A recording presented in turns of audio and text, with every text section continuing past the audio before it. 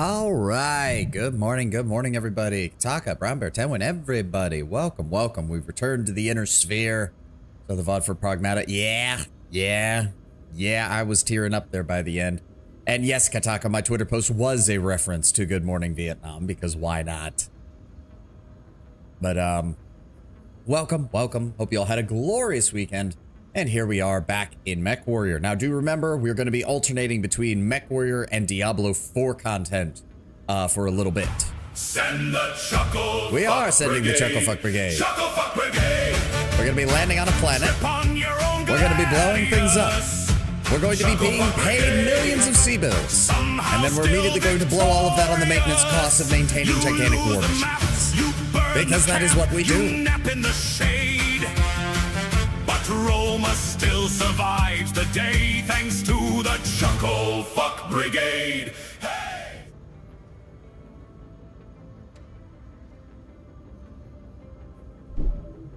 Don't want to get Blizzard money recklessly. No, that is fair. That is fair, Lord Brown Bear. We won't be playing D4 tomorrow, I don't think. If I understand the launch schedule. Really? If I check the Blizzard launcher, hold on. BattleNet, Diablo 4, confront the primeval in the new campaign, master 2 new classes, explore the region of Skovos, play the Lord of Hatred in 7 hours and 51 minutes. So, unless fucking Blizzard is just lying to me, I don't know. As far as I know, it's good to go. And I'm not seeing, like, okay, I guess pre-order given early launch. I mean, maybe I bought it just for the Paladin class and I only bought the baseline one. It's not like I bought the fancy. I wasn't going to give Blizzard money for a fancy pre-order. Fuck that. They were willing to give me fucking shit.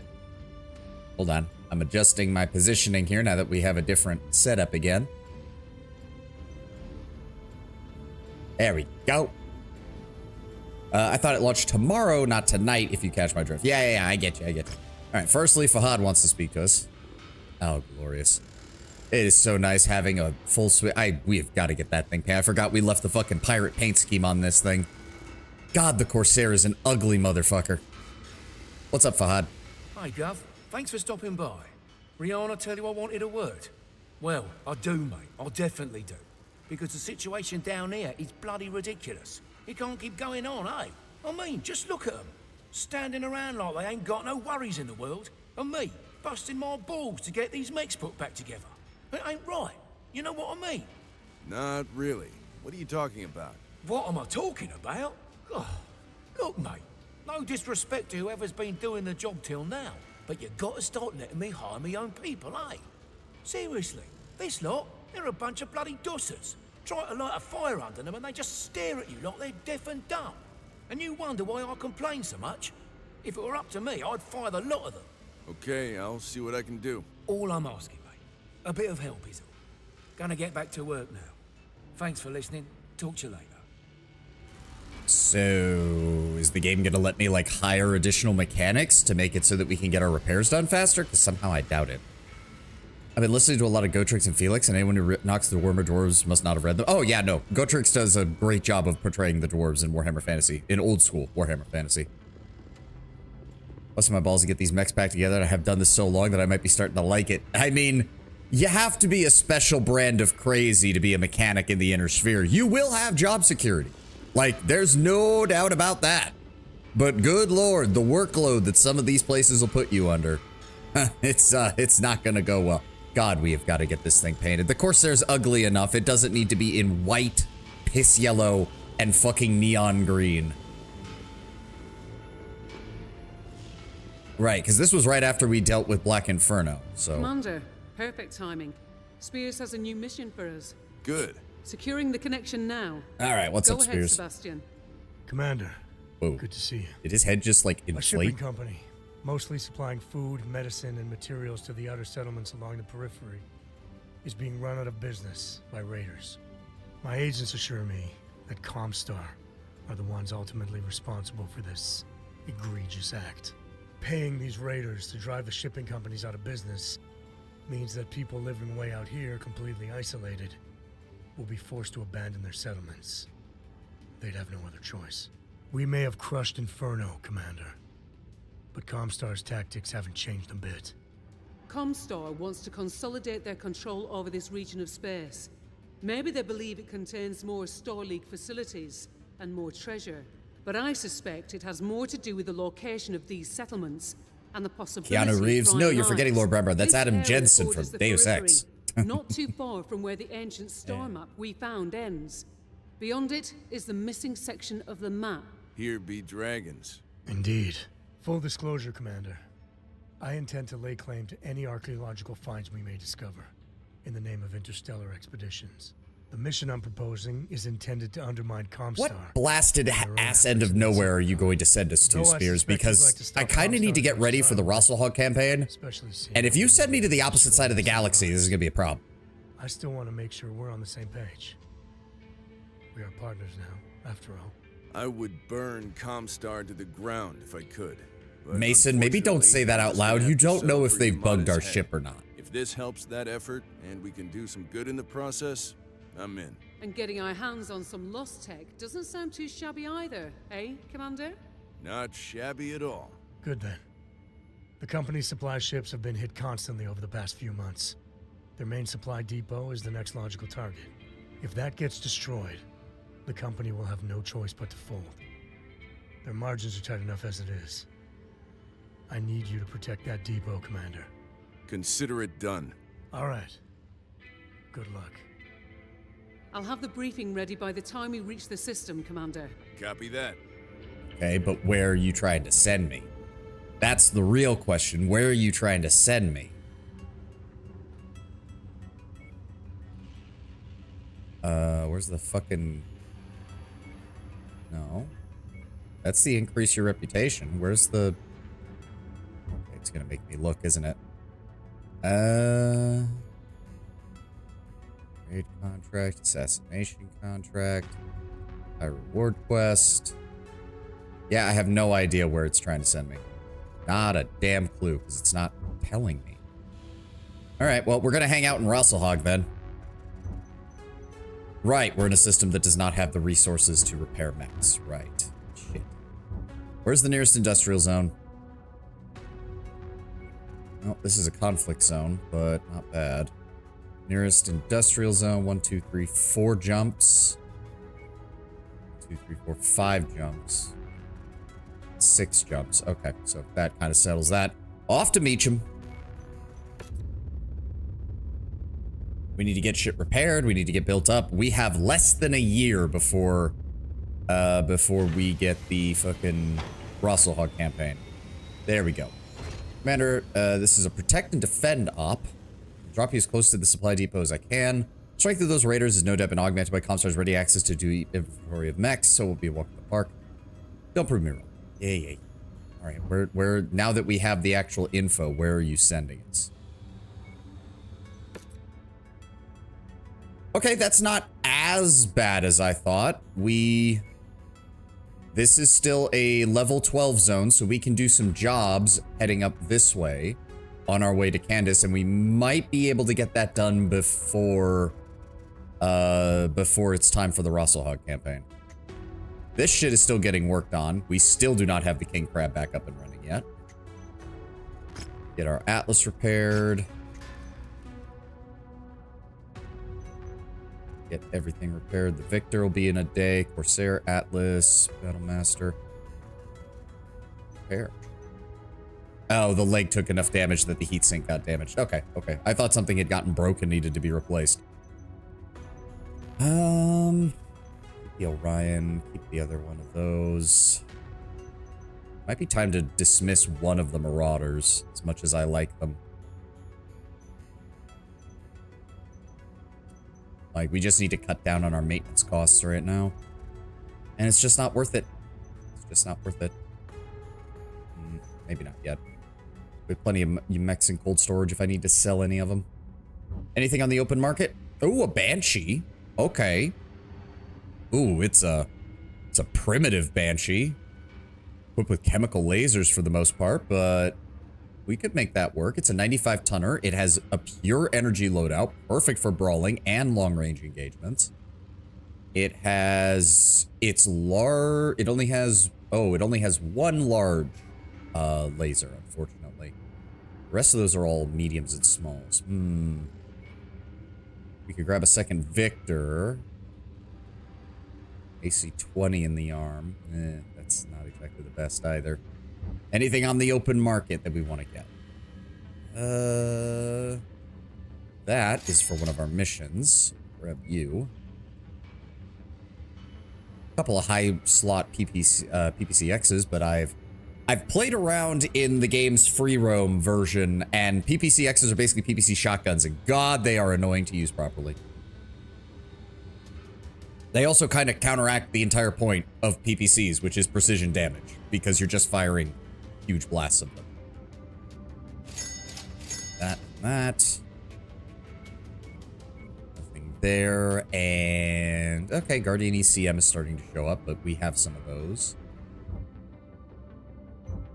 Everything's getting repaired. We will have our main lance done in 12 days. It's going to take us a while just to get up here. That is an infiltration contract. We will not be doing that. Fuck that.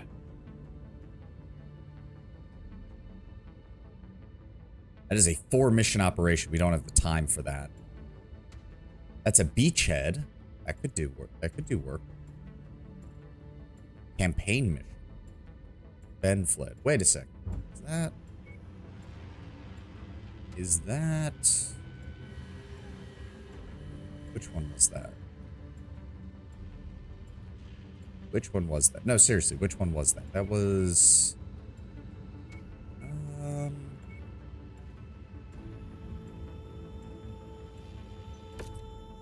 No, that's back down that way. Which one is that one?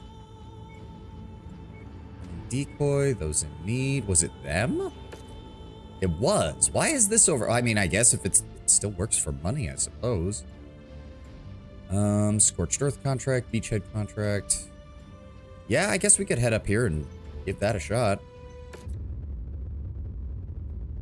Get it off of my objective list, at least. Contracts here may discover the safe encrypted transmission. Okay. Oh, here we go. Incoming transmission from Hakon Magnuson. Commander, I hope this past year served you and your company well. I wanted to reach out to you because I will soon be in need of your services for a very important task. While I cannot provide any further information at this time, just know that within 6 months, I will be reaching out to you with an offer for long-term employment. If you're interested, I would ask that you spend the next 6 months concluding any active commitments you have and prepare for as many combat-ready mechs as you can. As close to a full company of 12 mechs and pilots would be preferred. Look to my offer soon.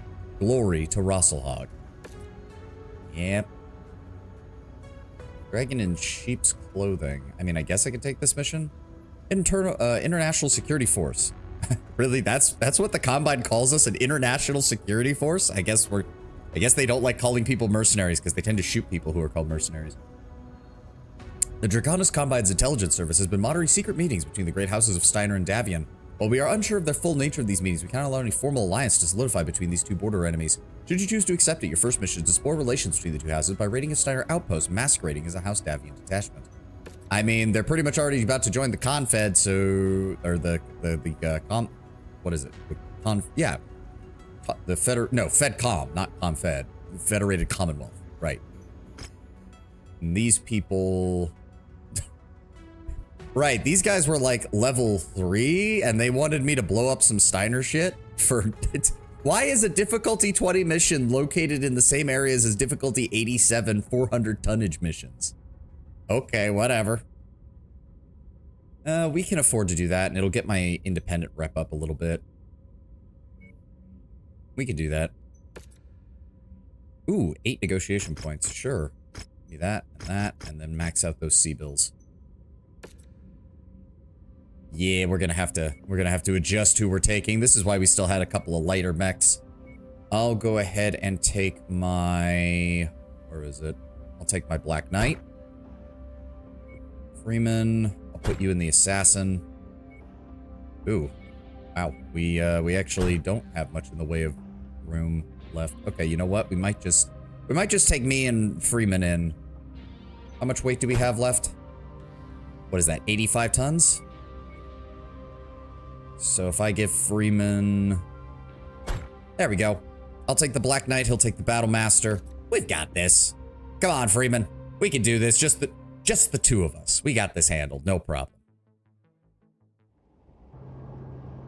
Attention. Prepare for battle mech departure. I just want to shoot shit with a lot of fucking lasers. Stand clear.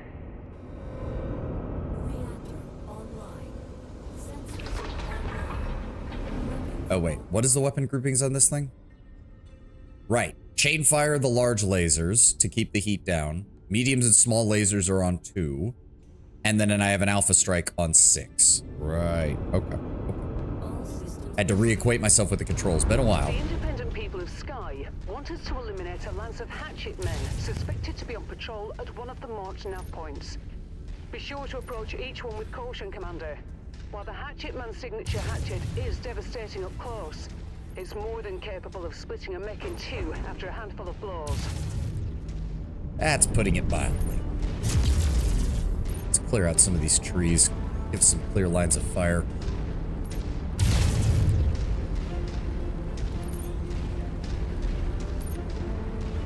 I do like the Black Knight.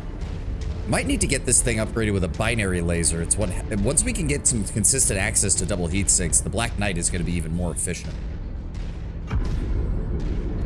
What's that? Oh, that was just our dropship taking off. Hello, Hatchetman, are you here? Bingo, somebody's here. I'm not seeing our targets at this location. Make way to the next nav point. We might have more luck there. I'm here.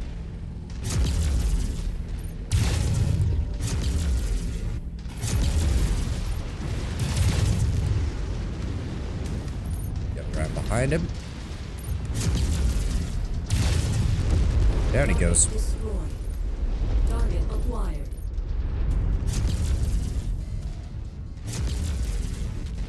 No, Mr. Tank. You don't get to escape. I'm not gonna have you sneak up behind me and shoot me in the back the moment I leave this area. I'm here. Where you at? Bye. Target destroyed. There we go. Now, where do we head next? Up and around? Up and around. Come on, Freeman. Just like the good old days when it was just the two of us moseying around because we didn't have anybody else to help us. Too many fucking trees. Look at these lines of fire. Where's he at? Target acquired. I'm here.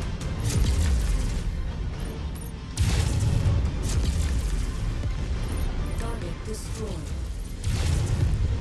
Target destroyed. Target What is that? acquired. Spider? Alright, alright.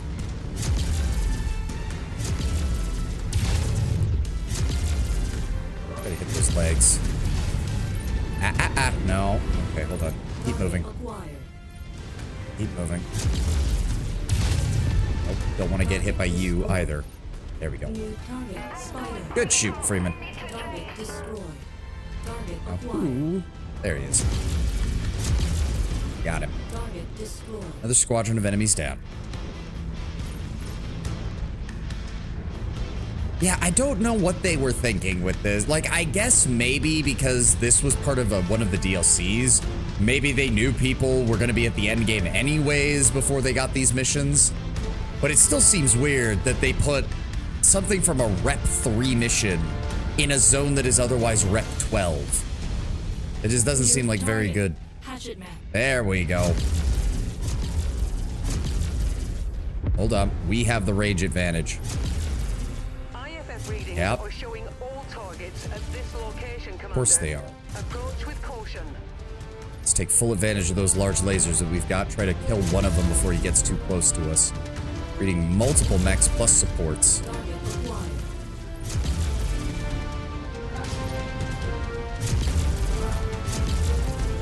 Target destroyed.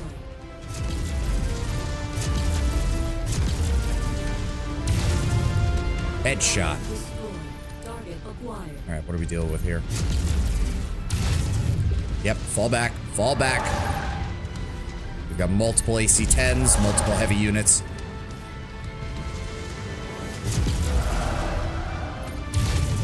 Got him, headshot. Headshot on that one as well. 2 remaining.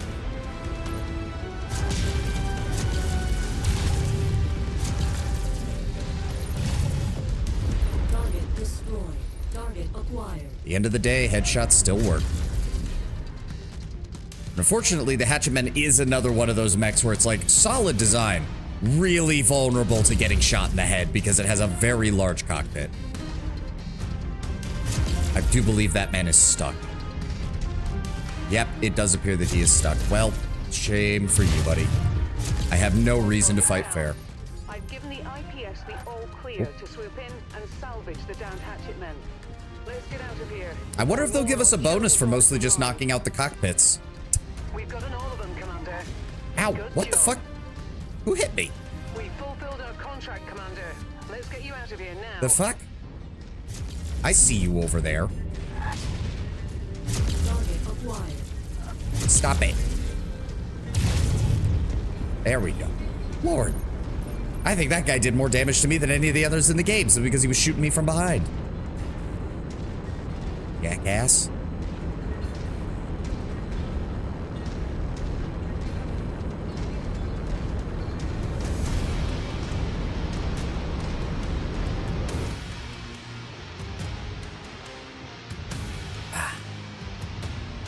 Load us back up. Minimal damage, easy payday.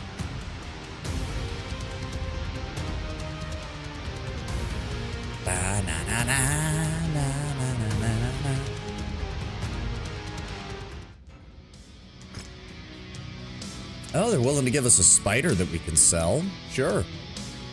And rank 1 of that. Nothing else really of interest. Sure, take the AC-10. We'll sell that off on the market. Damn. Freeman didn't even get hit. Good on you, Freeman. We've been able to recover all 4 hatchetmen from that lance you wiped out, but their battle damage is significant. I mean, I wouldn't say that. I did mostly headshot them. In order to get them operational, we'll need to collect a large supply of replacement parts. We've identified a series of locations where the Arcturian Guard have stored replacement actuators, my armor bundles, and weapon systems for the hatchetmen. We'll need to conduct an objective raid to find and recover these supplies in order to repair the lance of hatchetmen you recovered for us. We'll highlight their location and where the supplies are located. It'll be up to you and your lance to identify and recover any materials on site. All further tactical information has been forwarded to Rihanna. Good hunting. Thank you. Where are they trying to send us now? Where is it?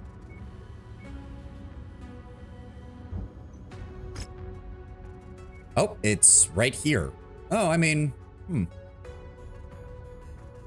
interesting. Did that not actually... It didn't actually change our rep any, did it? That's weird. All right. Oh, no, we do not need to repair the spider. The only thing you need to do for the spider is send it to cold storage and strip it of parts, and then sell it. We still make about $500,000 off that. Perfect. Hey, the king crab is now online. Good. What did I arm this thing with? We got a large laser, a couple of single heat sinks, plenty of AC-20. Okay, so large laser for engaging at range, and then it wants to close to brawling range so it can open fire with dual AC-20s, which can inflict 44 damage at trigger pull. I could use $500,000. I mean, the problem is that $500,000 really doesn't go very far in the mercenary business. Notice how our upkeep costs every 3 months is over 2.5 times that. We need to be making money everywhere we go. Like, yeah, the potential payout here is only 112,000. I think we keep moving. I think we keep moving. Let's go ahead and do that up. Give me $500,000 and I leave the merc business. Funnily enough, Tenwin, you'd be surprised how many merc companies make a one big payday, then they sell all their equipment and just go and retire. That is especially common in the inner sphere for small merc companies to just...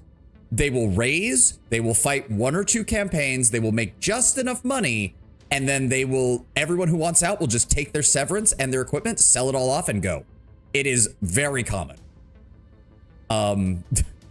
The state of Merc is in history too, last I checked. Yep. Well, in Battletech, it's a little more pronounced because it's usually on a planet that you have never been on. And then you have to spend quite a bit of money to get home. That's a 4-mission operation. We just don't have the time for that. How long to get us to Candies? Yeah, 3-mission operation, 4-mission operation. This is all just, it's all just gonna take too long. It's all just gonna take too long. We could hit Biota. What is that? Beachhead contract against House Steiner? I'm not opposed to that.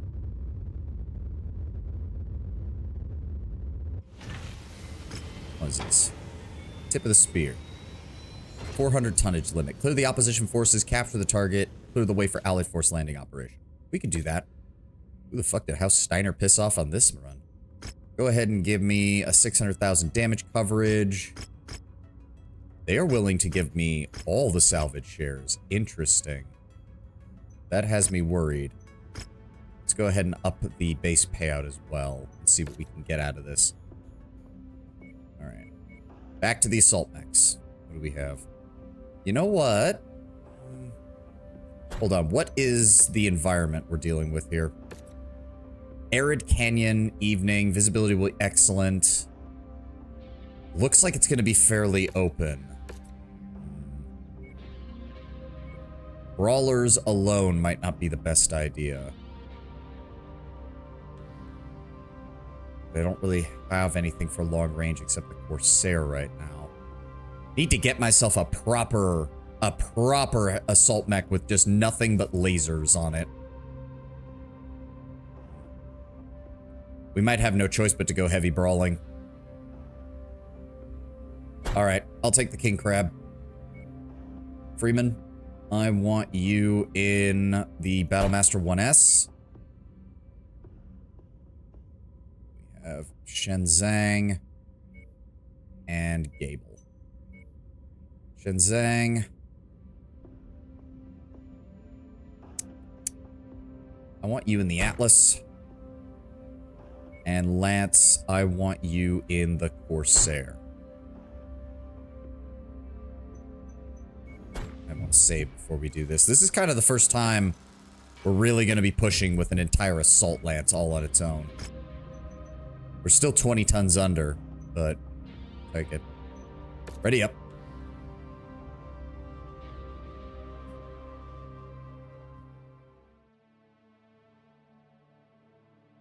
Oh god, I haven't set the weapon groupings for this. No, actually, I want AC-20s both on that. I want that there. There we go. The large laser will be the backup weapon. The long walk, Commander. I can't fly any closer. The target garrison controls the orbital defenses for this planet. Wait, where are we? Once you've captured this installation, our employer will be able to land their invasion force. I'll be waiting nearby to pick you up. They want us to destroy these targeted garrisons. Dropships until the satellite relays controlling air and orbital weapons are destroyed. Destroy them.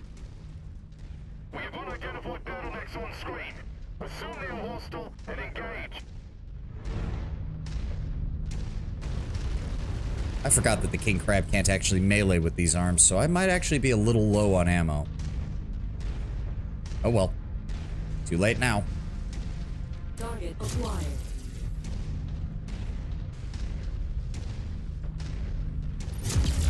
Let's see what defenses they have.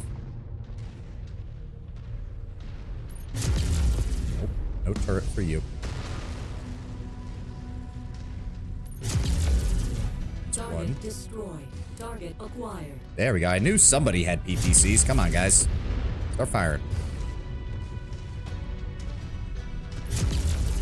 Enemy radar dish destroyed. All right. Where's the next target? Directly to our south. Say this mission's gonna be a bit of a walk. This mission's gonna be a bit of a walk.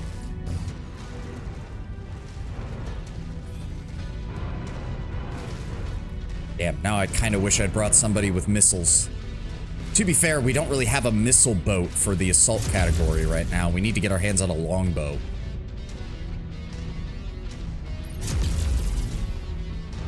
Okay, bastard. I'm not leaving you to come back after me.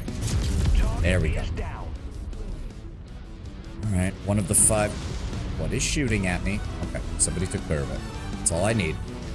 Yeah, we'll just head directly south, clear out those 2 other installations, swing east for the other 2, and then head north to the final target. It'll be a big loop, but we should be able to get everything handled. And we'll see if the enemy even has anything capable of stopping a full lance of assault mechs.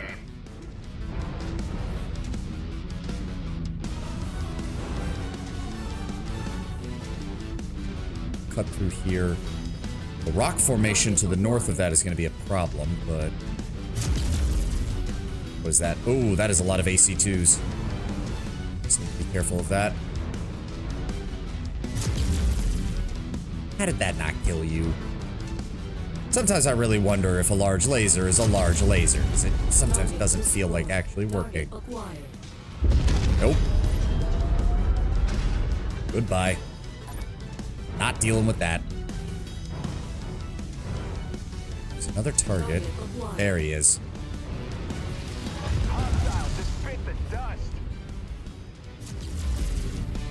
Flipped him. Wonder if we can get up this rock formation and get him behind this base. Possibly. We got tanks coming down from it. Good shooting, Gable. Target acquired. Where are you?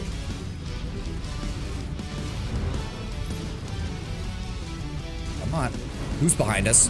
Who's behind us? Target acquired. Got him. Target No. destroyed. No. With how brain dead the AI can be, I can't afford to have anything behind my guys. Absolutely not. Alright, second satellite uplink is right in front of us. Come to Papa.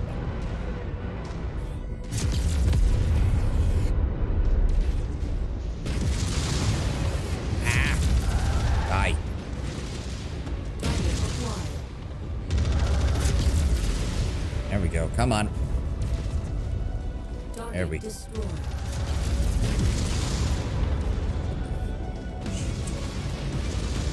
Come on. There we go. Target destroyed. Target, Good shooting, guys. target destroyed. Second one down. Third target just ahead. Half a click. Defenses have been pretty minimal, which has me wondering what's going to be meeting us at the garrison.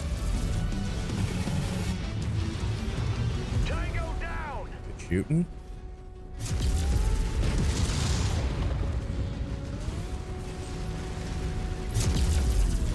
Target Down. destroyed. Target What are those acquired. defenses? Down. There he goes. Target acquired. Target Put destroyed. down. All right. Now we swing east. Minimal damage so far, which is good. That turret was halfway in the sand. Funny thing is that while that is a glitch for the game, you could absolutely see it on a planet with this much fucking dirt. Target acquired. And opening fire from here, no reason. No reason not to, since I have the range. There we go. Target destroyed. There's no way there's not defenses here.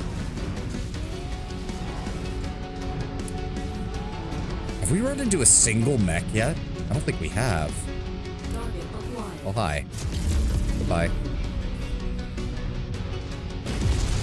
Target destroyed. Vaporize you. Target destroyed. Target acquired. Target destroyed. More turrets. Ow. Ow. No. Stop it. Fire. Target destroyed. Another one down. Final uplink. Not far. Goodbye.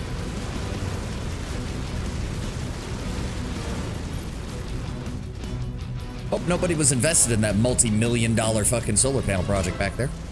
Target acquired. Satellite uplink. 3/4 of a click.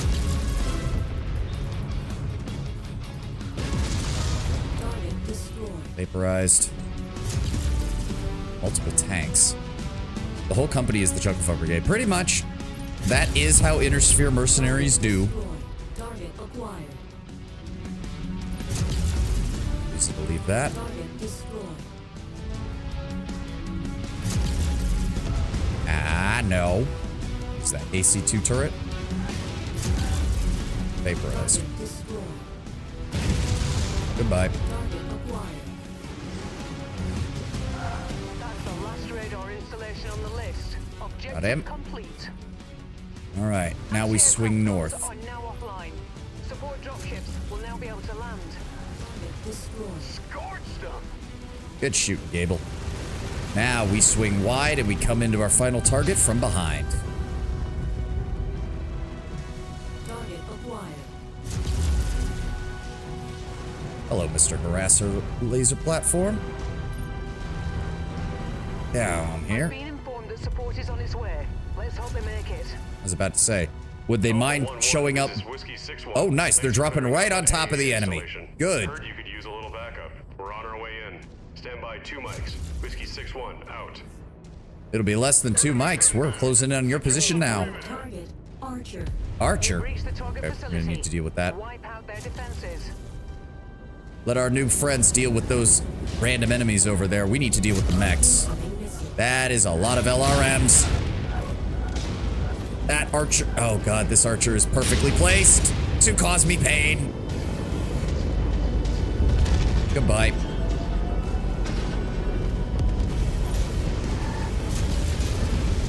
Reload. Target acquired. You son of a bitch. Incoming missile. Get shot. Reload, reload. Direct to the torso. Open fire. Come on, come on, come on. Come on. Come on. Down he goes. Now for their, what is that, an Atlas? Got him. Was that it? Oh, they're gonna try and retake it, aren't they? Start the capture. Yep. Stay Working on it. nearby and keep enemy units out of the area while our ground troops deal with any locals. And Gotcha. tanks hack into the control systems. What is that? Look up. We've got hostile aircraft on approach. They know what we're up to, and they're going to want to stop this invasion before it starts. Hold Down he this goes. position. Oh, they've got artillery. They've got artillery.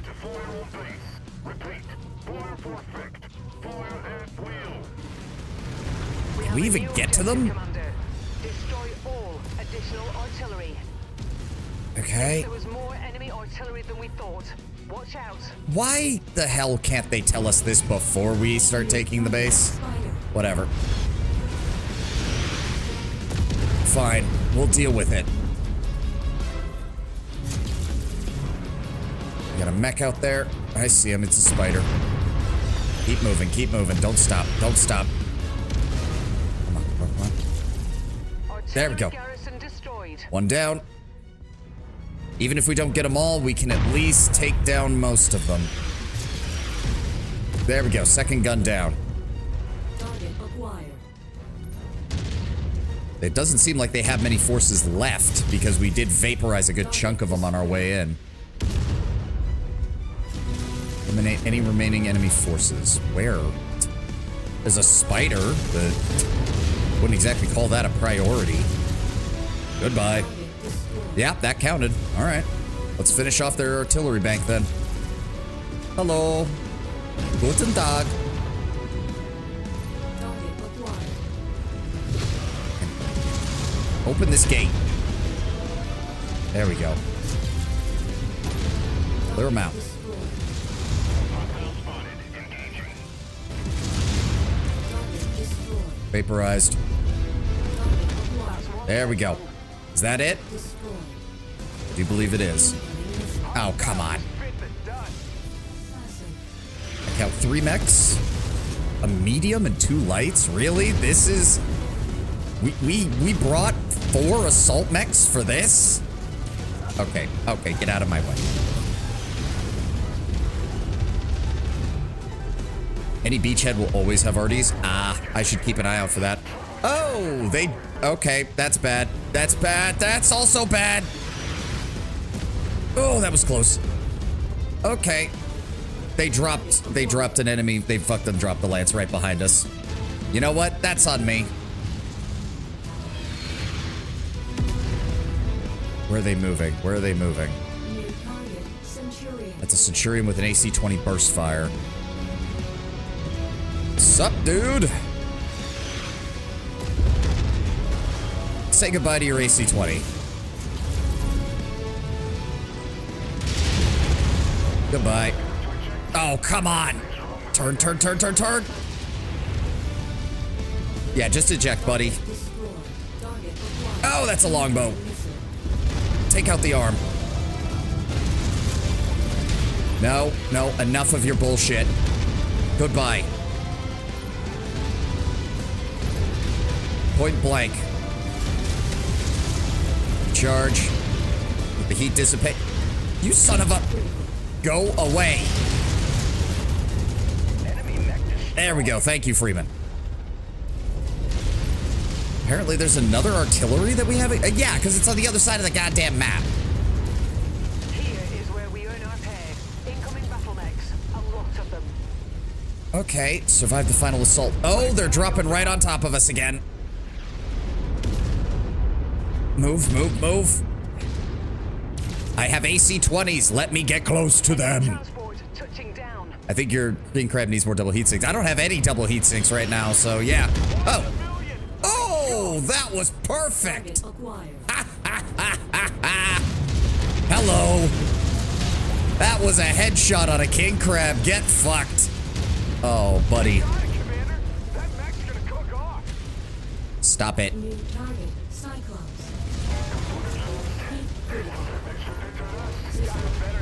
Don't care that I shut down. He's dead.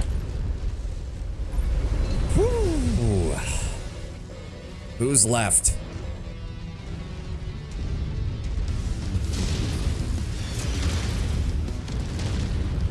Target acquired. A scorpion.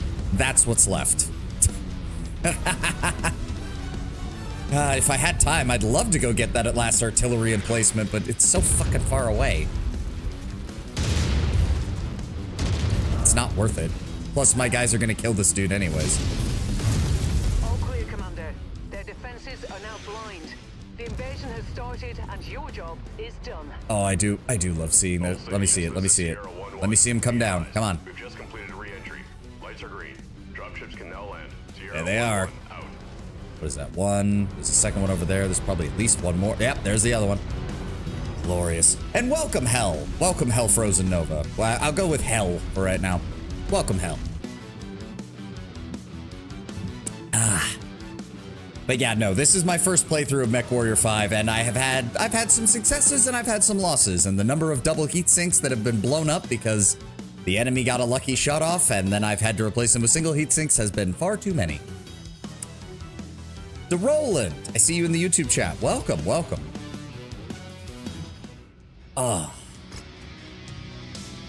Okay, not enough to get a king crab out of it. We could grab another archer. Don't really need any more heavy mechs. Could grab another Atlas. I already have 2 of those, though. Are you playing on normal? Yes, I'm playing on normal. Just playing through the game as per usual. Damn, the archer. Oh, yeah, because I headshotted the archer. You can see that. The king crab. Oh, look at that. That was beauty. Look at that.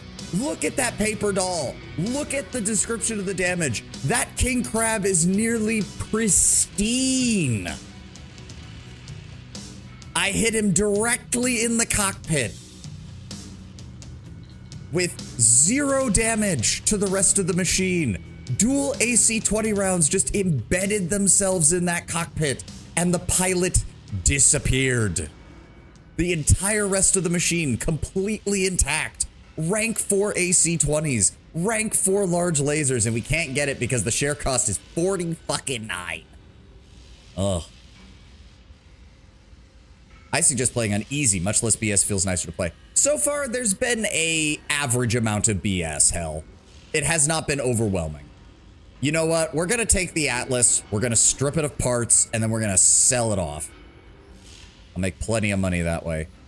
Anything that I need for my various quests? No, so we'll just take whatever we can get for the highest price. That'll be a rank 1 AC2. Thank you. I sustained a bit of damage there, but nothing too bad. It is one of those things, though. It's like, if you do headshots properly, your damage dealt isn't even that high, but you still take out enemies really fast. All right, so that got handled. We got paid a nice amount. Let's go ahead and strip it of anything usable and then sell it off for 2 million. Nice, nice. Let's get everything repaired. 36 days and about three-quarters of a million. And then we need to make our way up here. I want to get this story mission in before we get to, because what are we at, the 21st of April? We have until what, September for the Rosselhog campaign? I believe is the case. We could, let's make a pit stop in, actually, yeah, if we're gonna make a pit stop over here, go ahead and cancel these work orders until we get there. We'll save ourselves a bit of money and time by doing so. Go ahead and get us to Gunsberg.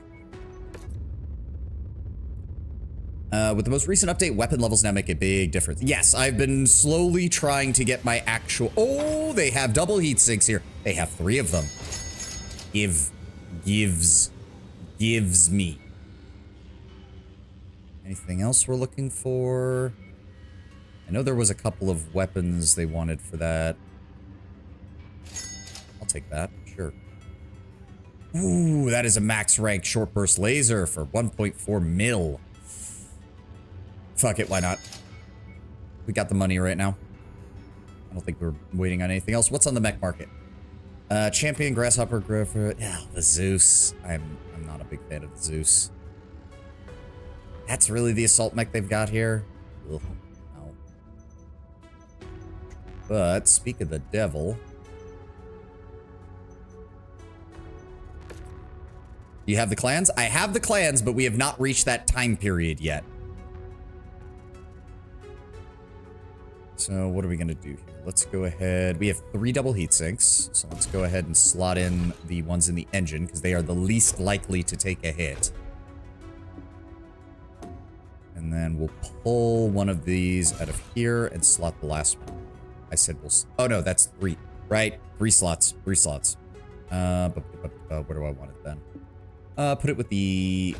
Put it with that. Double heat sinks are 3. Yes, the clan or double heat sinks are 2. I do know that. And then go ahead and repair all. Yep, nothing I need to change here. Oh, so much cheaper. So much cheaper. Battlemaster will take 10 days. That's fine. Planner weapons are also much less weight. Yep, planners are just better than everything. The Zeus SA3 is fantastic electronic warfare assault mech. I do need to get a proper electronic warfare mech. I'm just more focused on damage right now. God, we need to pay the Corsair. I keep forgetting about that. What I wouldn't give to get my hands on... We might want to... Do we want to get another backup pile? Ooh, you have almost max rank. You're a 56. The Zeus SA3 is rare as fuck. My main problem isn't the electronic warfare side of things. My main problem with the Zeus is that it's a Zeus. It's... I don't know. I've never been very impressed by the Zeus and its weapons layout. Although that is 3 SRM6s. Now, hold on. Wait a second. Okay, you might be onto something there, DeRoland. You might be onto something there. What are they charging for it? 19 mil? Ugh. That said, I have... Hold up. I have a Zeus 6S that I was not the biggest fan of using. I could sell that to help offset some of the cost. The Hero Battlemaster is a good laser boat? Yeah. No, I finally figured out how well laser boats work when I got my hands on a Black Knight. Black Knights are so good.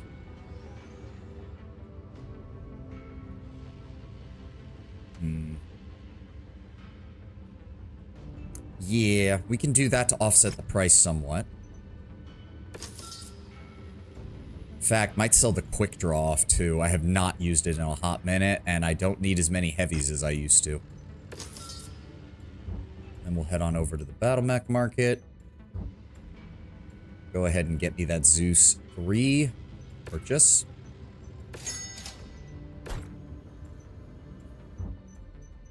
Take a look at you. Let me see your loadout. Ooh, all the SRMs are in that right arm. Damn. Okay, okay. Do we have better SRMs by any chance? I do. I have a couple of... Well, I can replace one of them, unfortunately. Panther KK has double heat sinks in it. Yeah, I took those out after I stopped using it. Oh, and it came with double heat sinks. Ooh, okay, okay.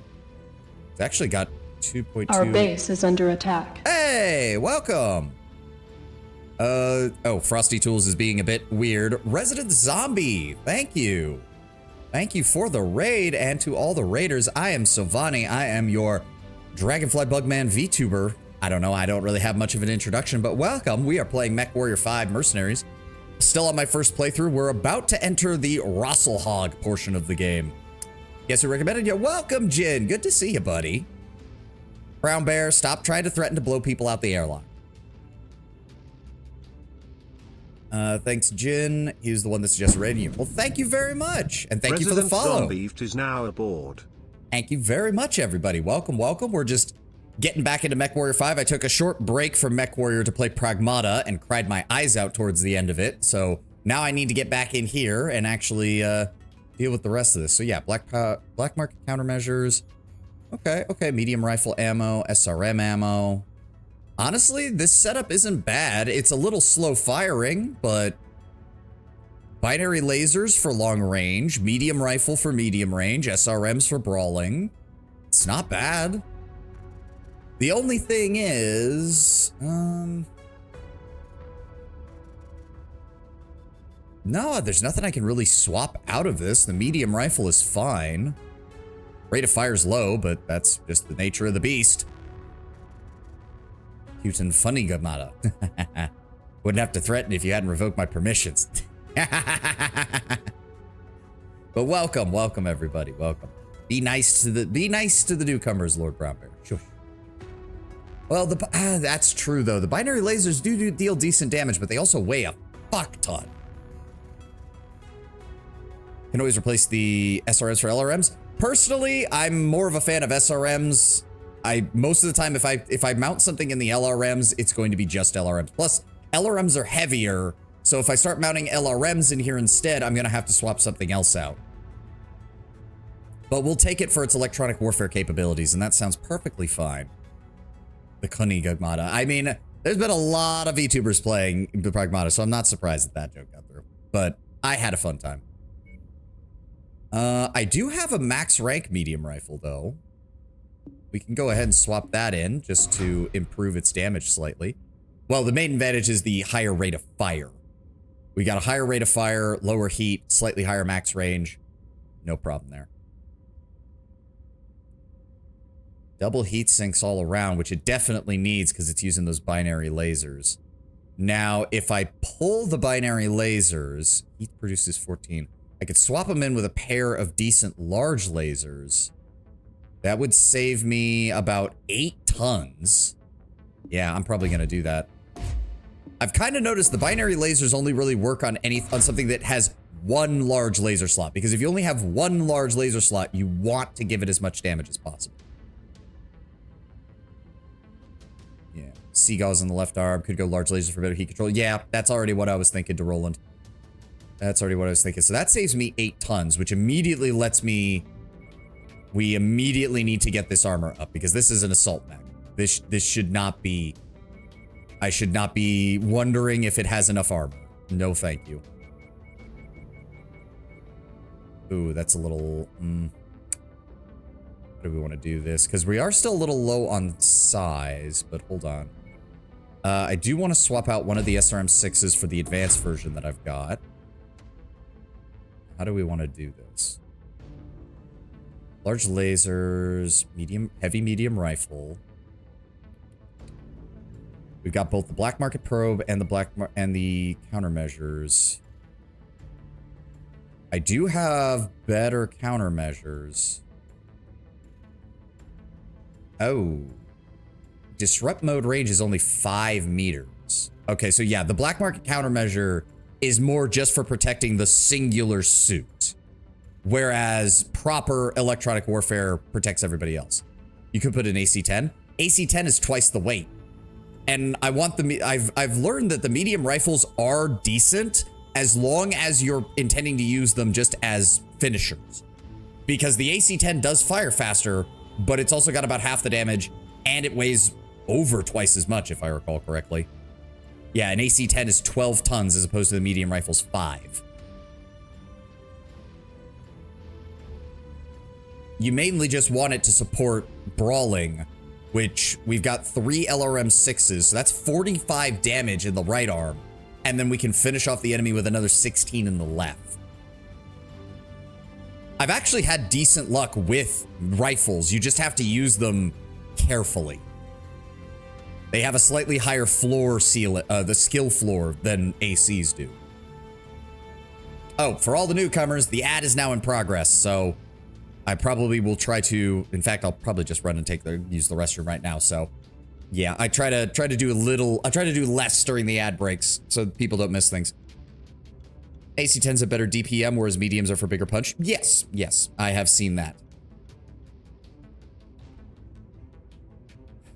We just need, do I want to increase, if I increase the armor in the legs, that we should be able to get to that. So let's increase that.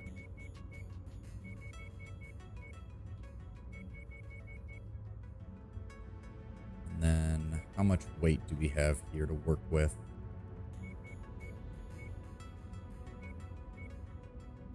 There we go.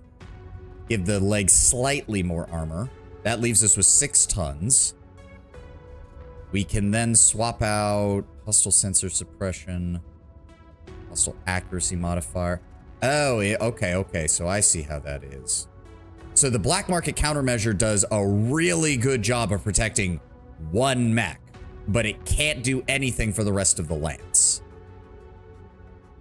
I see how it is. So we'll pull the black market countermeasure, replace that with this. Then we'll replace the black market probe. Enhanced sensor range, distortion reduction. Wait, is that actually better? 15%, 15%.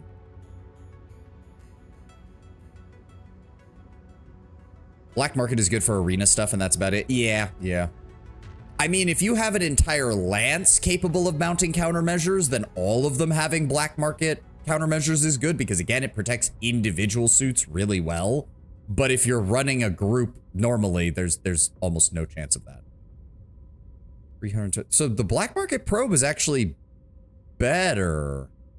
Wait, am I just crazy, or is the black market probe actually just better? Started playing Pragmata, and I know for a fact that it's gonna make me cry. Yep, it will. It will, Apollo. Yeah, the black market probe is actually better than the electronic warfare active probe. Weird. I would have thought it would have had similar restrictions, but it's lighter weight. It gives a better base range sensor bonus.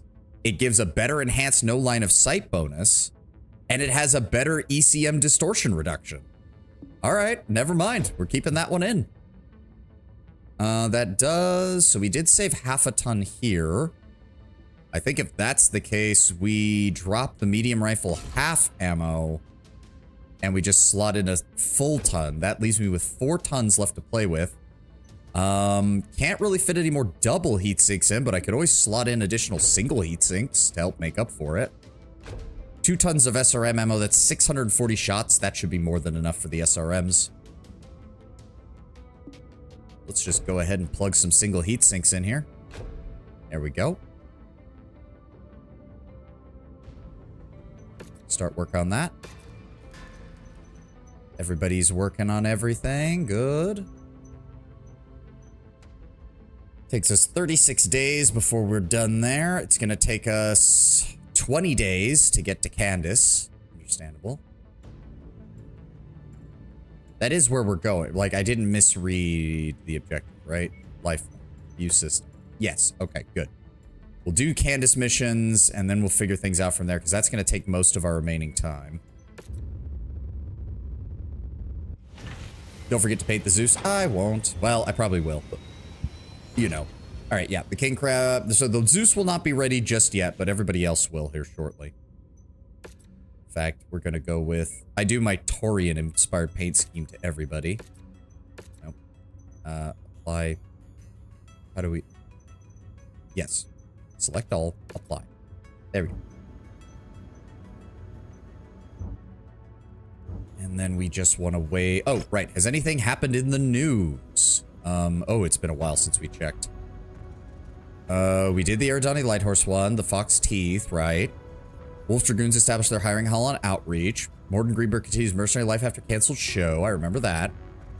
DCMS contracts Yori Mechworks to ramp up the Catapult K2 production line. No armor, one cannon shouldn't be fill, auto, and enough ammo for 20 tons leader and turn a fort into a geological survey. I don't... Apollo, I'm not tracking what you're saying, man. Draconis Combine Forces have taken great strides in reestablishing and rebuilding what was lost in the Fourth Succession War. DCMS Command looks to Yori Mechworks for a contract to once again start production of the prominent Catapult K2.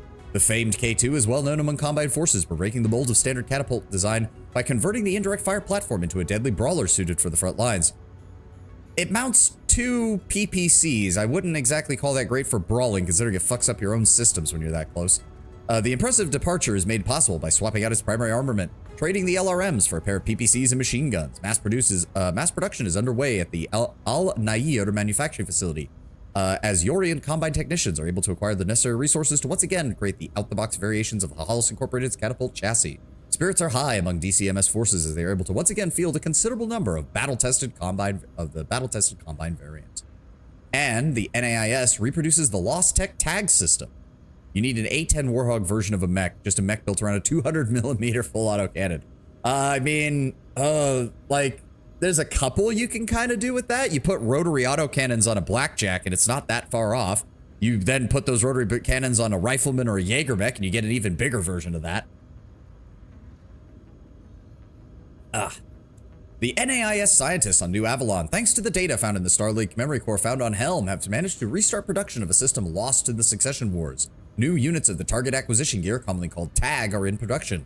More than a simple laser designator, the TAG system ties into onboard targeting systems and uses its own tight beam laser communication to share data with friendly units and munitions, increasing accuracy for missiles and other guided munitions. I do love, because I do know enough about the lore, that the Inner Sphere focused really hard on rebuilding missile tech from the Helm core. That was one of the first things that you got, the TAG system, the various electronic warfare systems and all that, sensor systems. And they're like, wow, this is really good. And then the clans showed up, and the clans had AMS on almost every single suit they had, and the fucking Inner Sphere missile systems fucking failed horribly in the opening engagements. It did not go well for missile boats throughout the Inner Sphere. Let's go ahead and skip those 4 days, and then... Okay, 380 tonnage. Interstellar Expeditions wants us in on this. Bit annoyed that they're launching the Warlock the same day as the full expansion, just saying, wish I could have tried out the class. Because when the expansion launches, I'm going to prioritize my main character. Yep, that's understandable, Tenwin. Oh, by the way, for everybody who's here for MechWarrior, this week I am swapping between MechWarrior and Diablo 4 because I am interested in the new expansion and new class that's going to be coming out. But don't worry, there'll be plenty of MechWarrior. We're just going to be alternating days, basically. So Monday's going to be MechWarrior, Tuesday's going to be Diablo, Wednesday will be MechWarrior, Friday will be Diablo, and on and on and on throughout my schedule. And once we get one of those done, probably Diablo, let's be honest, I'm going to be moving into doing the Metro series as well. After Metro 2039 got announced, I'm going to be doing a replay of the trilogy, because it's a very good one. The shipping company, right, mostly food, medicine, Comstar's achieving its goal, servicing local raiders, right. No doubt a bit augmented by Comstar's ready access to a deep inventory of mechs, so it won't be a walk in the park. Understandable. We take our usual 1 thing of damage coverage, 1 thing of additional C-bill payout, and then we ask for all the shares. Well, 24, is that enough to get us? That's not enough to get us an assault mech. So that might actually not be worthwhile here. We'll take a couple shares of that, and then we'll pour all the rest into money.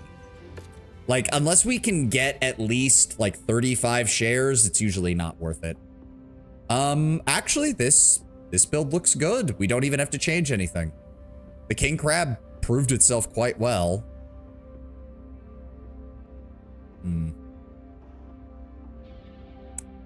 Yeah, let's just go with this. Let's just go with this. I think we'll be fine with this. Make sure you finish all the campaign missions in the north part of the map before 3049. Yes, I kind of realized as we were getting close to the Rosselhog campaign to roll in that I really needed to finish the actual story campaign before the clans show up. Because I have a feeling that's going to fuck with a lot of shit. So I'm desperately trying to get it done as quickly as possible. Also, we've gotten a couple of nice mechs through the storyline, and I wish I'd done them earlier. Like, getting that Victor earlier would have been nice. Oh, please tell me it's not nighttime outside. Oh, good. It's not completely pitch black. Thank Christ. The shipping company's supply depot has been marked on your map. Get there and protect it from raider attack. MMO fans eating good this year. FF14 getting expansion. Warframe getting expansion. WoW got their expansion. Not sure what Star Fantasy Online 2 is doing. Yeah, no idea. But no, MMOs are just chugging along. Not really my thing right now. Every now and then I get the urge to want to go back and play Lord of the Rings Online, but that game is grindy as hell. As much as I love the atmosphere in that game and the art design, it's grindy as hell.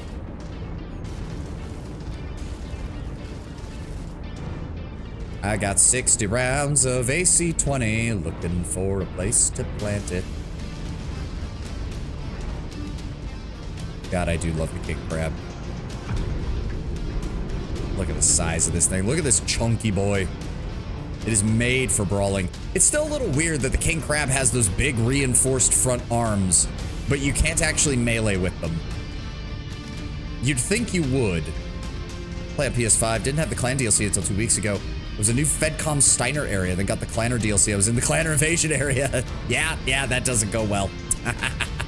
How did you enjoy having the clan drop on top of you out of nowhere? I'm sure that was fun. We'll get to them in time. We need to clear some of these trees. Too much shit in our sightlines. There we go. That's better.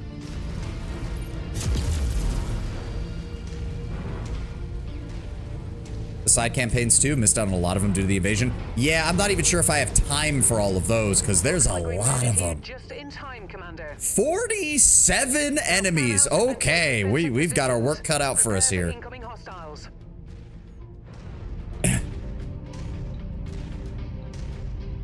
Not from you to complain about. 1 second. Sorry about that sudden coughing fit. My bad. All right, where are they? Bingo, first targets.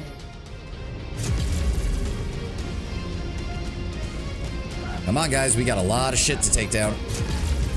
Vaporize him.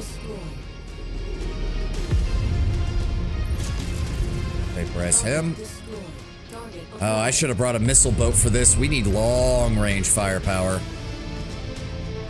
We've got a light mech plus some support units closing in from behind. I want to finish these guys off and turn around and face them. Where are you, Mr. Tank? Where are you? No, don't let him into the base. There we go. It's so annoying when an enemy gets inside of there and then you're trying to chase them down the entire bloody time. PlanetSide 2 still chugging along, but it's golden ages. But yeah. I don't think that's gonna happen, Tenwin. I see what you're saying, but I don't think it's gonna happen. New target, javelin. A javelin? Really? Get back here, you son of a...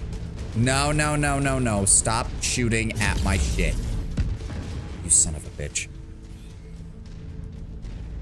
Get over here so I can plant AC-20 in your face.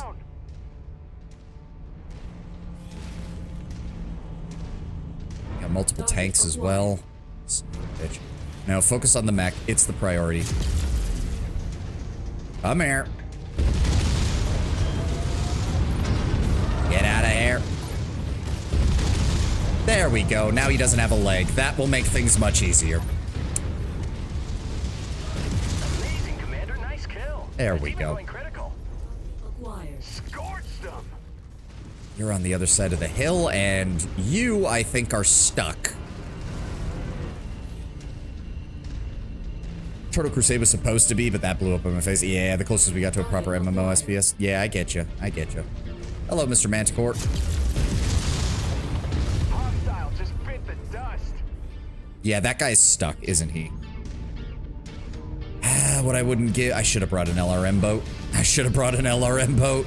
But I don't really have an LRM boat in the assault category right now. And quite frankly, I don't like LRMs for the most part. But that's just me. It's not helped, but I did help a friend play through the clan like fighting the clans. And his recommendation was, yeah, don't rely on LRMs because the clans are just going to shoot them all down. Where's this? Oh, no. Please tell me this tank didn't spawn in the ground. Nope, nope. He's just stuck. There we go. Just cross the perimeter, Commander. Expect company soon. Yep, I'm trying. Let's get back to the base. 8 down. What is that? 39 to go. There they are. Yep, they're already firing missiles. Target acquired. Go, that one's down. Multiple light mechs. We need to get back to the front of this base. Damn. Raster laser platforms. Oh, what I wouldn't give. New target, Locust. Oh, a locust. God, he's gonna be annoying. You just know it. I'm back here. Oh my God. What I wouldn't give for competent. No. Just no, you son of a bitch. Target destroyed. Bye. Goodbye. Target destroyed. Target acquired. Got his leg. Goodbye. Now, where's that locust? Where's that locust? Gonna use MRMs in Chaos Raids? Maybe. I like SRMs. SRMs are fun to use, but I'm not the biggest fan of LRMs. Clipped him with one of those.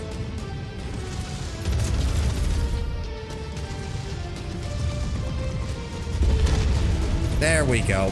Legs down. He's dead. 16 to 47. Finally got enough clan LRM 20s for a longbow with Liana, and those AMS mean nothing. I mean, yeah, once you can get some LRM 20s with clan tech, yeah, then you can start using LRMs again. But there's a reason there are clanner mechs with 3 AMSs on them. The fucking things are annoying. I know that. I haven't even fought them, and I know that's annoying. Okay, I hate those fucking VTOLs. What did they bring? Oh, God, it's a dual machine gun cicada. It's basically meant to destroy buildings. Pieces of shit. How did I miss him? All right, we're getting surrounded now, but we don't have much of a choice. Where you at? Get back here, you piece of shit. No. We're gonna cause more damage. This is why I hate fighting in these missions. I hate it. You. Go away. No. Got another locust closing in. Let's try it. Please stop running into the buildings. Please stop, guys. I know I came in here to kill something. Please stop. I'm begging you. Good Lord. My own allies are blowing this place to hell.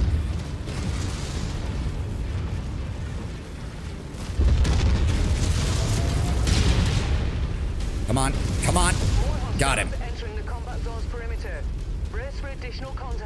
Working on it. Where's that? What is that? A Centurion? Yeah, that's a Centurion. I know. I'm trying. I am trying. Good shot. Good shot. That's what I'm talking about. What are we at? Halfway? We're halfway. Just wait for the 16 machine gun Puma and Adder. I would love to see, what is it? The Piranha? I love the Piranha as a light mech. No. Target destroyed. Oh my God. Okay, what are we still dealing? Okay, it's light forces right now. That'll take us almost to 30. God, we're dealing I'm pretty sure like 20 out of the 30 damage that this place has taken is from us. Goodbye. What is that? An SRM-20 carrier and an SRM-40 carrier. That needs to die. Target destroyed. Target acquired. Ah, yes, the SRM-40 carrier for when you want to just round a corner and vaporize everything within 20 meters. Got my hands on an Uller KFX-C with 3 Planner AMS, and it's fun. Oh yeah, it's hilarious watching the enemy try to get past that. The only AMS I've been using in this run was I had the Hero Spider for a while that was able to have the dual AMS. That helped quite a bit. The problem with the MechWarrior 5 is the problem with a lot of MechWarrior games, which is you blow through the period of time where lights and medium mechs matter so quickly.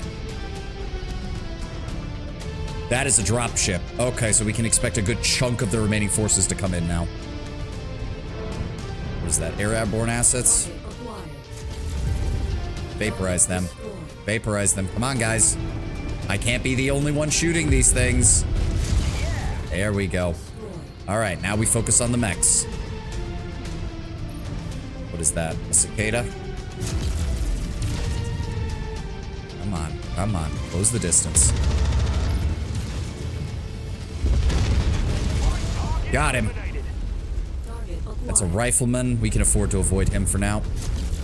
That, however, is an awesome. Ow. Need to close the distance. Need to close the distance as rapidly as possible, which is not saying much right now. I swear to God, the 2 people behind me are just not even shooting at anything. And fire. Direct hit. Reload. Got him. You. No, Mr. Rifleman. You don't get to do this shit. Oh, that was a misclick. And he's behind a wall now. Come out. Come out. Nope, he's just walking into the wall. Nope, he's turning. He's walking away. I hate you. Come here. Come here. Come here. Come here. Come here.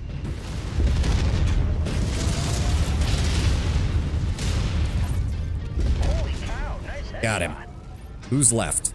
New target, Spider.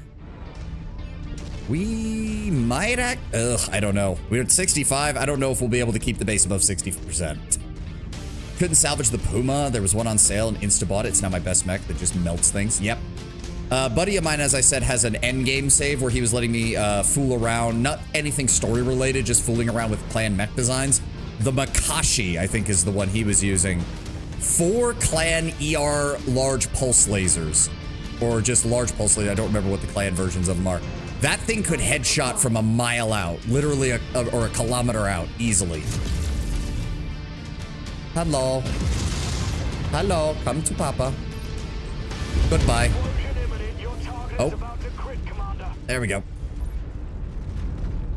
All right. We have 12 more targets. Who's left? I'm assuming a full lance of mechs. Minimum. Plus supporting forces. Where are they? Where are they? Reconnaissance flights show increased enemy presence in the vicinity.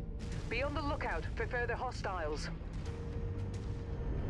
I get that, Rihanna. Where? Oh, nope. They're just gonna drop right inside the base. Oh, fuck. I don't like that they can do that. I really don't. That's kind of aggravating. New target, Cyclops. Ooh, that is... Okay, that Jaeger mech is gonna have low armor, but he is a pain with those ACs. We just need to close the distance. Target acquired. Fire. Reload. Fire.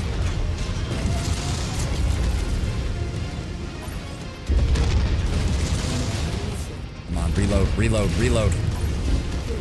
How are you not dead? He is still alive. There we go. You. I know the ammo is low. Shut up. Ow. Okay, I did that to myself. I don't... Stop. Hate those things. I've seen their stats. They do not have much armor, so it's kind of fucking annoying that I was pumping AC-20s into its face and it wasn't dying. Where did that mech go? It's an awesome with LRMs. We just need to deal with him.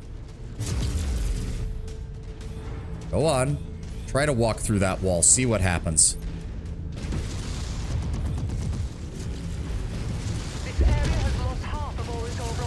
I am well aware, Rihanna. I have 4 rounds left of AC-20. What is left? There are 6 targets. You cannot expect me to believe they're going to drop another lance of mechs directly on top of me. I am out of AC-20 ammo. That is not good. That is not good. Okay, well, a couple of these are just going to be aerial. Yeah, they just dropped another dropship to our left. Son of a bitch. All right, 4 targets left. Where are they? 3 mechs and a support unit. Okay. New target, Marauder. Oh, great. Marauder with PPCXs. Target acquired. What else do we, I don't even know what else we got up there. I might have to just switch. As soon as I run out of ammo, I might have to just switch to another mech, because this is... God damn. New target, Victor. It's a Victor and a Stalker. Oh, those are all short burst lasers. Fuck, that's gonna be a pain. Let's try to kill the Marauder. If I get a good shot, 4 AC-20s should be enough to knock out a Marauder. Or just 2. All right, who's left? The Stalker. I think that Victor is stuck where that other tank was, so... Hello. Yep, I got no ammo left. Ow. Ow. I'm trying to back up.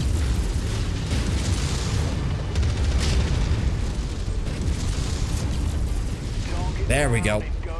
Okay, I'm switching to somebody else's mech. Go ahead and use the Battle Master here. Battle Master with SRMs and small lasers, right? Where's that Victor? Victor. Yep, he got stuck in that same place that that other tank did. Come to Papa, buddy. You're just stuck in one place.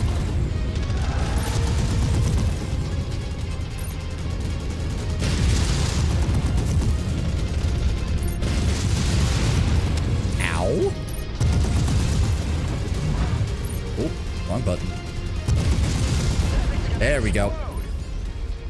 Okay, we didn't keep it above 60, but... eh. Have to constantly buy and collect client ECMs because it's always shot out and destroyed. Of course, there's always something. What game is this? Welcome, PNW. This is MechWarrior 5 Mercenaries. Ugh.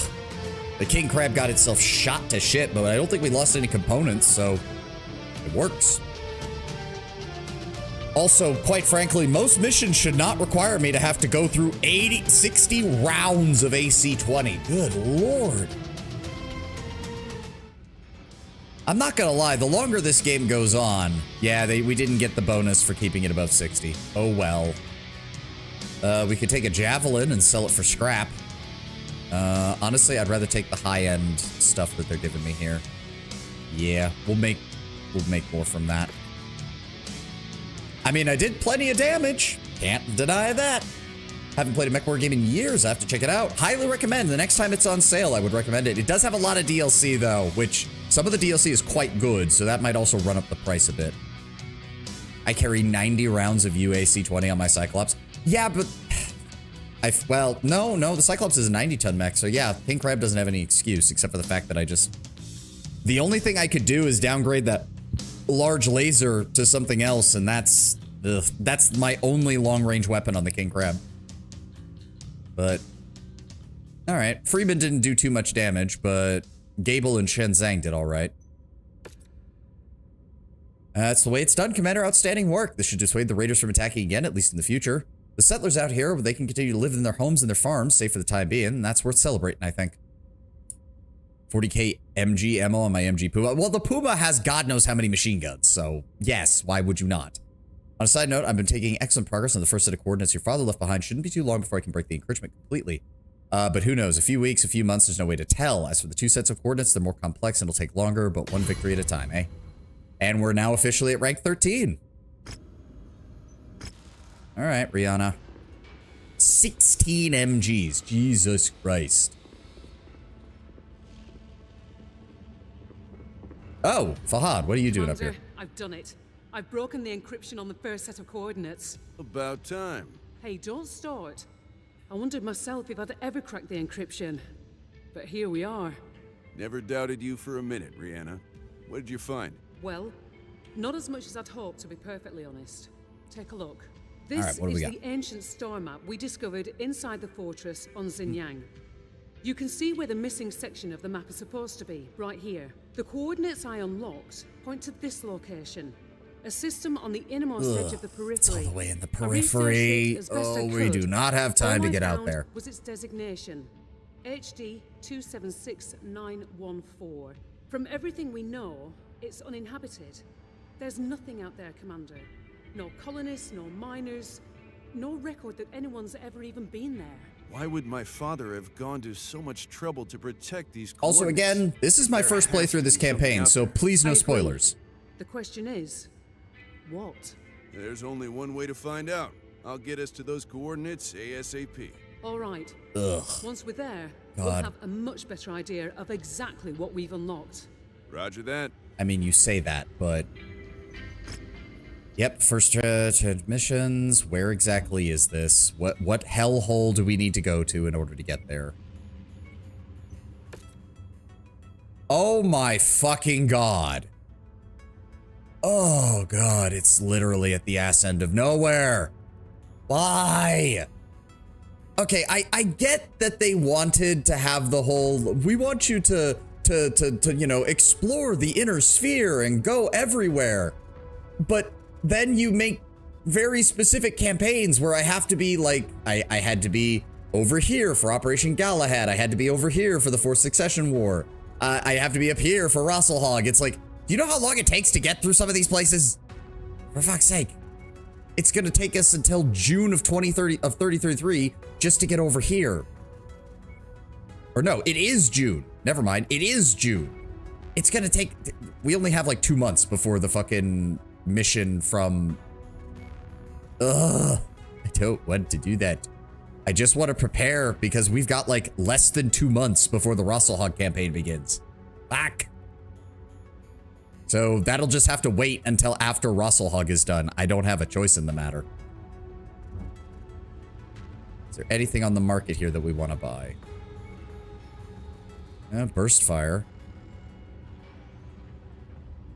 I do use light rifles on my Battlemaster for an extra punch, but binary laser. See, it would be one thing if the binary laser didn't also weigh more than the large laser. Like, I mean, it does do more damage, so I'm not saying it has to weigh the same amount as a large laser, but it already has the massive heat investment. Having it also be heavier just means that it's pretty much useless in anything that doesn't have just one large slot for a laser. It's kind of annoying. All right. Doesn't look like anybody has anything of interest here. PPC over binary laser. In terms of feel, I agree to Roland. But in terms of heat buildup, they're roughly the same. At least because of the PPC's enhanced firing rate. And quite frankly, most mechs can't handle more than one PPC either. I say this as someone who loves the Marauder. It's just true, though. Until you get your hands on clan double heat sinks, most PPC builds just don't work. Because the PPC is heavier than the large laser. It does roughly the same damage. It does fire faster, but that often means you just overheat faster. You can kind of make it work with double heat sinks. You can make it definitely work with clan double heat sinks. And you can triply make it work with clan double heat sinks and clan PPCs. But until you get that, large lasers tend to outclass the PPC, at least in MechWarrior 5, every single time. Personal preference? Yes, I love the PPC. It's one of the most satisfying weapons to fire in this game. And in most MechWarrior games. But in terms of raw performance, the large laser just keeps working. PBC does have the sensor scrambling, which is nice. Yes, it does help. It does help. If you're in a long-range shootout, it definitely helps. The problem is it helps if your enemy is using similar long-range weapons. If they're all just spamming LRMs, which sometimes the AI does, it doesn't, because they're just going to rain fire on you for the whole time. All right. We did not take any damage, although the front of our mech looks absolutely deep-fried. I don't think we lost any components. Nope. God, the Corsair. Every time I see the Corsair, it makes me throw up in my mouth a little. All right, it'll cost us... Jesus Christ, 300% more. Fuck. No, no, just zip us over to Stanzok. Zip us over to Stanzok. Nope. The pulse lasers in all sizes are nice. Yep, if you can afford the slight increase in weight, they're great. Oh my god, that costs so much less. Is there anything good here? I don't need another Victor.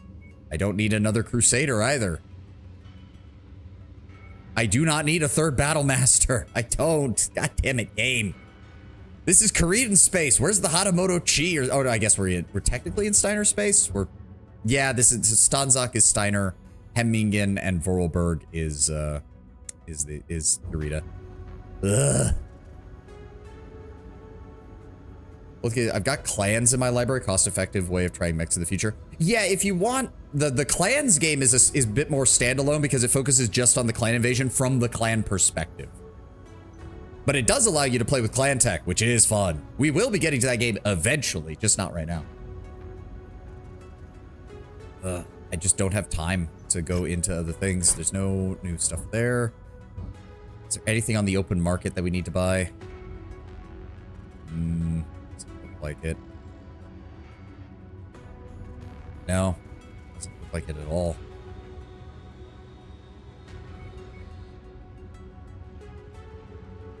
Ah, well. Getting everything repaired. The king crab is going to take 21 days. The Zeus got done while we were traveling. I think we're loaded up as much as we can be. I should look into... Ah, yes. It's time to do some upgrades on the king crab while we're here as well. Fortified internal structure, refined armor, ballistic damage, ballistic range and velocity, ballistic cooldown time, and the heat capacity overall would probably be better. Yes, because the heat generation from autocannon, from an autocannon 20 is 5.4, so that's the minus 2.5% would not be enough to compensate. There we go. That's going to run us about, yeah, 2.3 million C-bills, but it'll allow us to get everything set up. Did I upgrade my Crusader by any chance? I did not. I would like to use the Crusader at some point. So we'll go ahead and add on that. Missile cooldown time. Missile range and velocity. And then, oh, actually, cooldown time is not necessary for the Crusader. It has 4 SRM-6s. Missile spread, though, would be nice. And then go ahead and increase its heat capacity as well. Battlemaster 1S, I believe I've already, yep, I've already got him upgraded. The Atlas D, upgraded. The Corsair, I wasn't even sure what to do with the Corsair because the Corsair has such an eclectic mix of weaponry that I'm not even sure what to do with this damn thing. We'll give it the internal structure and refined armor, though. And then heat capacity, because why not?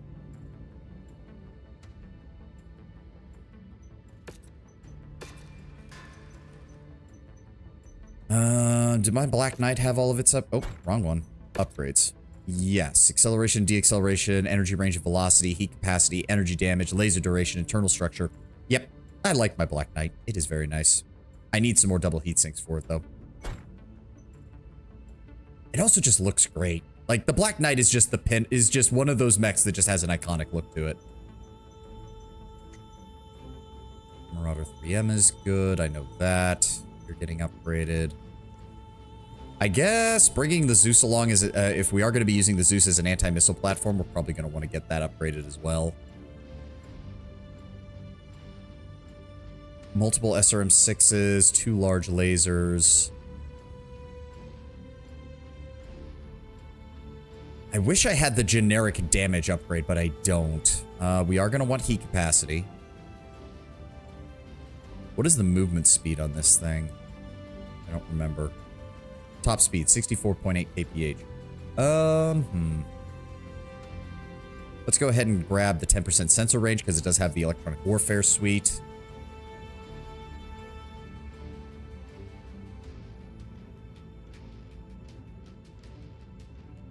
Gray. I guess we'll just go with raw energy damage for the lasers and missile spread.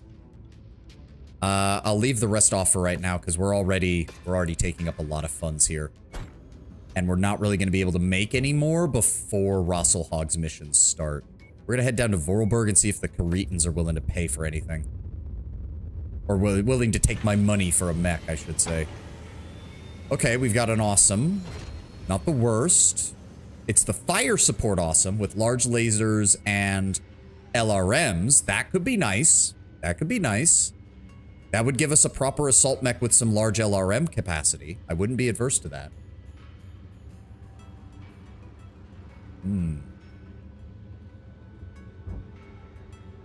Anything in the equipment zone? That's a max rank AC-10. But I have a couple of those. Tags are starting to show up. Specialized laser does no damage, but improves missile lock and accuracy when painted on the target. Not the worst idea. Not the worst idea. At the very least, should probably have a couple of these on hand just in case.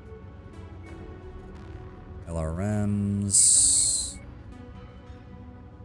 LRM ammos.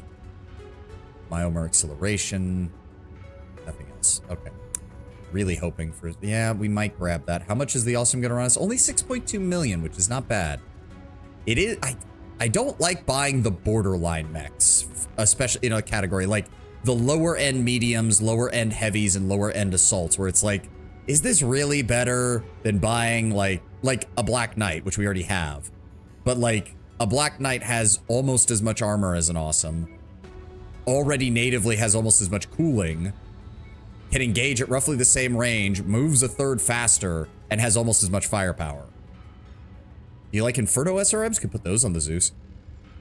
Yeah, that's not a bad idea. Well, I've played around with the Infernos, and I've gotten mixed results. Sometimes you land an Alpha Strike with a bunch of Inferno SRM-6s, and the enemy just shuts down. But then I shoot that same enemy in another engagement, same design, same type of mech, and it feels like it doesn't matter how many times I hit them, they just won't shut down. It just got to the point where I started loading most of my SRMs with the standard one just to deal additional damage. Especially because of the swarm of fucking lights that we constantly deal with. And that is one thing that my friend has warned me about, is that the clan invasion, they will swarm you with lights. So having regular SRMs that can just vaporize a light is not a bad one. Does MechWar have EMP/lightning-based weaponry? That's basically what a PPC is, Tenwin. That's about as close as you get. You're accelerating a particle to the speed of light, almost. It's essentially hitting another mech with a lightning bolt that explodes. That's why it causes that distortion effect when it hits something. It temporarily fries quite a few mech systems. It's what throws off targeting systems and the like. Most mechs are hardened against any kind of EMP, but PPCs hit with such force that it fucks with their systems for a few seconds. Not enough to disable them, but enough to give them a problem. The dasher spam is real. Yeah, I've already heard the horror stories. I don't know the full context of how to fight them. I've only fought them on a friend's account where he was having me drop in for co-op, but... Yeah, you know what? Having a dedicated assault unit with mainly missiles is not a bad idea.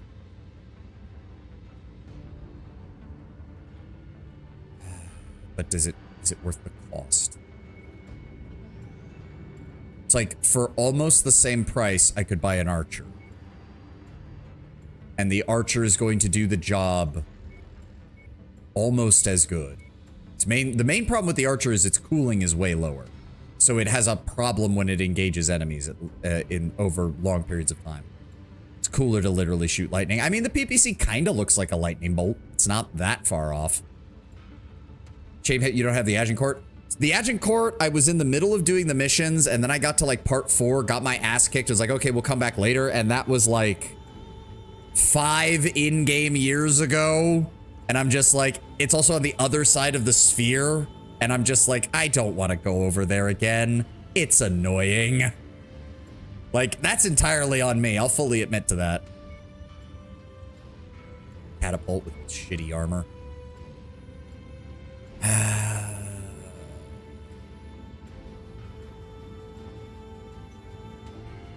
God, I wish we had something else.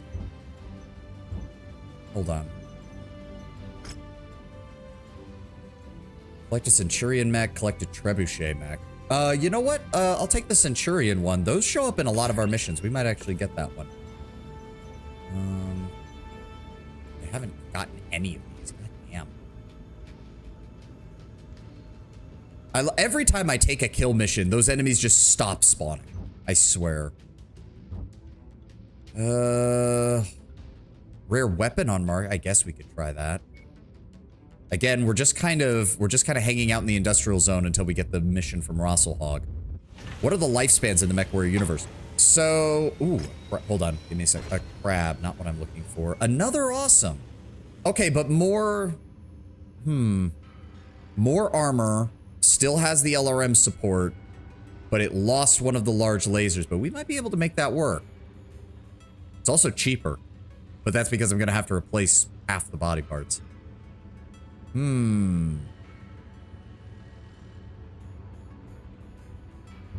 me a second, Tim, and I'll get to your question in a moment. We can also buy those, get that done for our mission. What else do we have? Some ACs. Nothing really fancy there. PPCX. Until we back on the tabletop, you start counting the dashers with the reindeer names. So, lifespan in the MechWarrior universe can vary vastly depending on what planet you're from because of the way infrastructure got annihilated during the Succession Wars. Tenwin. The other thing is that when humanity was at its peak during the Star League, Tenwin, Star League kind of hit a limit on how far they could extend human lifespan. So instead, they started working on improving the ability of a human being to remain physically and mentally capable for longer throughout their life. It wasn't uncommon, if you had the money and the means, for someone during the Star League to live to almost 130, 140. They couldn't really find a way to push beyond that without massive... Well, there was one way, which was cybernetics, but culturally, the Inner Sphere has a bit of a taboo on cybernetics. Like, cybernetics to replace a missing limb, that's one thing. Cybernetics to replace parts of your body as they shut down, that's seen as, like, almost unnatural, so a lot of people don't like it. And in the end, that line of research was largely abandoned for centuries. So instead, they focused almost entirely on making it so that people could continue to function at their physical and mental peak for longer. By the end of the Star League, this meant that instead of someone basically becoming physically and mentally inept, usually in their 70s to 80s, a person who could potentially live to about 120, let's say that's like the average age in the Star League if you had access to the right medical tech, could remain physically and mentally capable all the way up into almost 100, at least 100, if not past that. Because the most infamous case was that Alexander Kerensky, the last leader of the SLDF, of the Star League Defense Force, was over 105 years old by the time he died, and he was still suiting up to get in a fucking battle mech. Isn't that in practice the same thing as extending life, as death usually comes from the degradation? You say that, Tenwin, but how many convalescence homes and retirement communities have people that came into them with physical problems that started manifesting back in like their 60s and in some cases degenerated well in their 60s and just kind of keep them going? So if they couldn't get past 130, I have to assume they would deteriorate extremely fast past that point.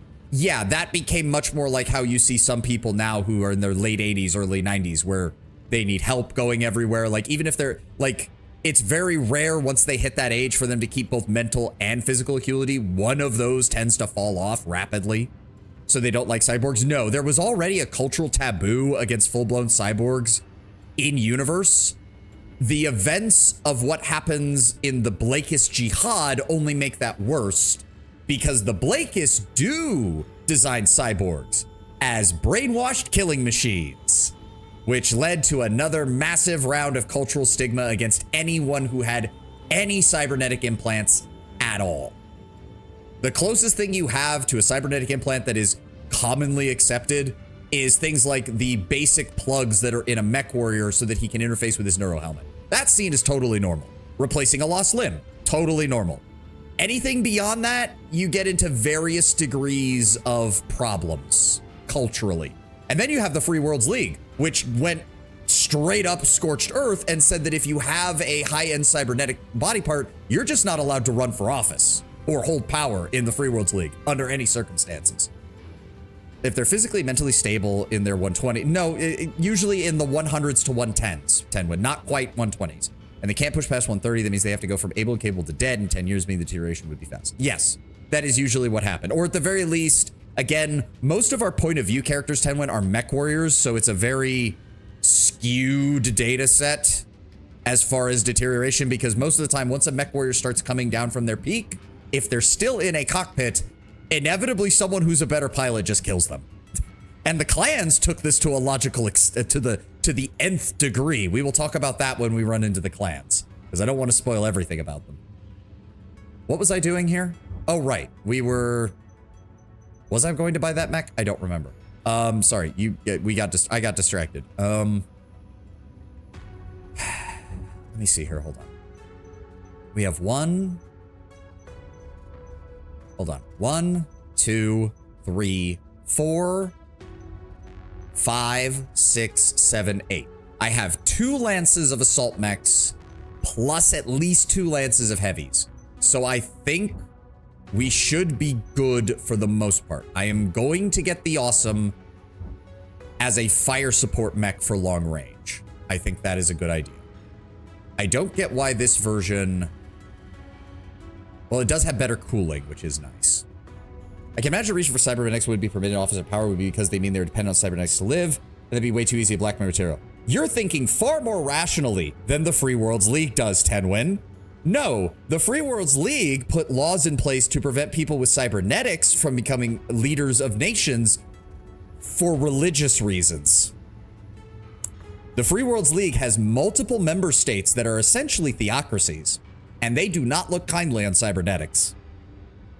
In order to keep them in the Free Worlds League, the rest of the Free Worlds League went along with their laws.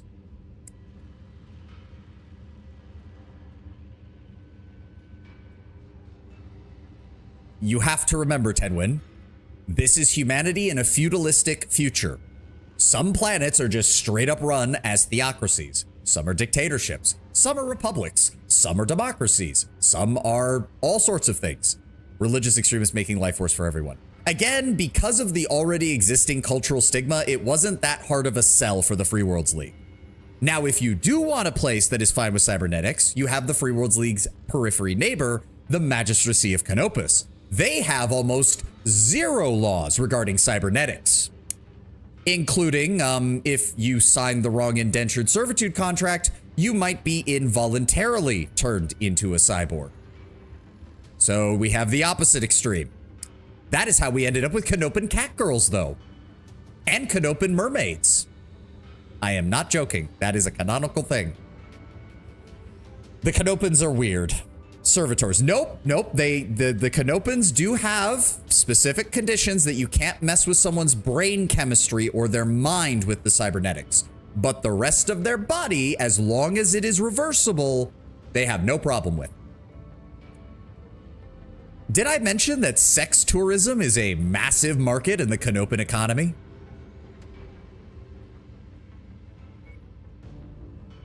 All right, fine. We're buying the awesome. And then we need to get it back up and running. All right, so if we repair all, that is a lot of heat sinks. That is a lot of fucking heat sinks. Holy shit. All right.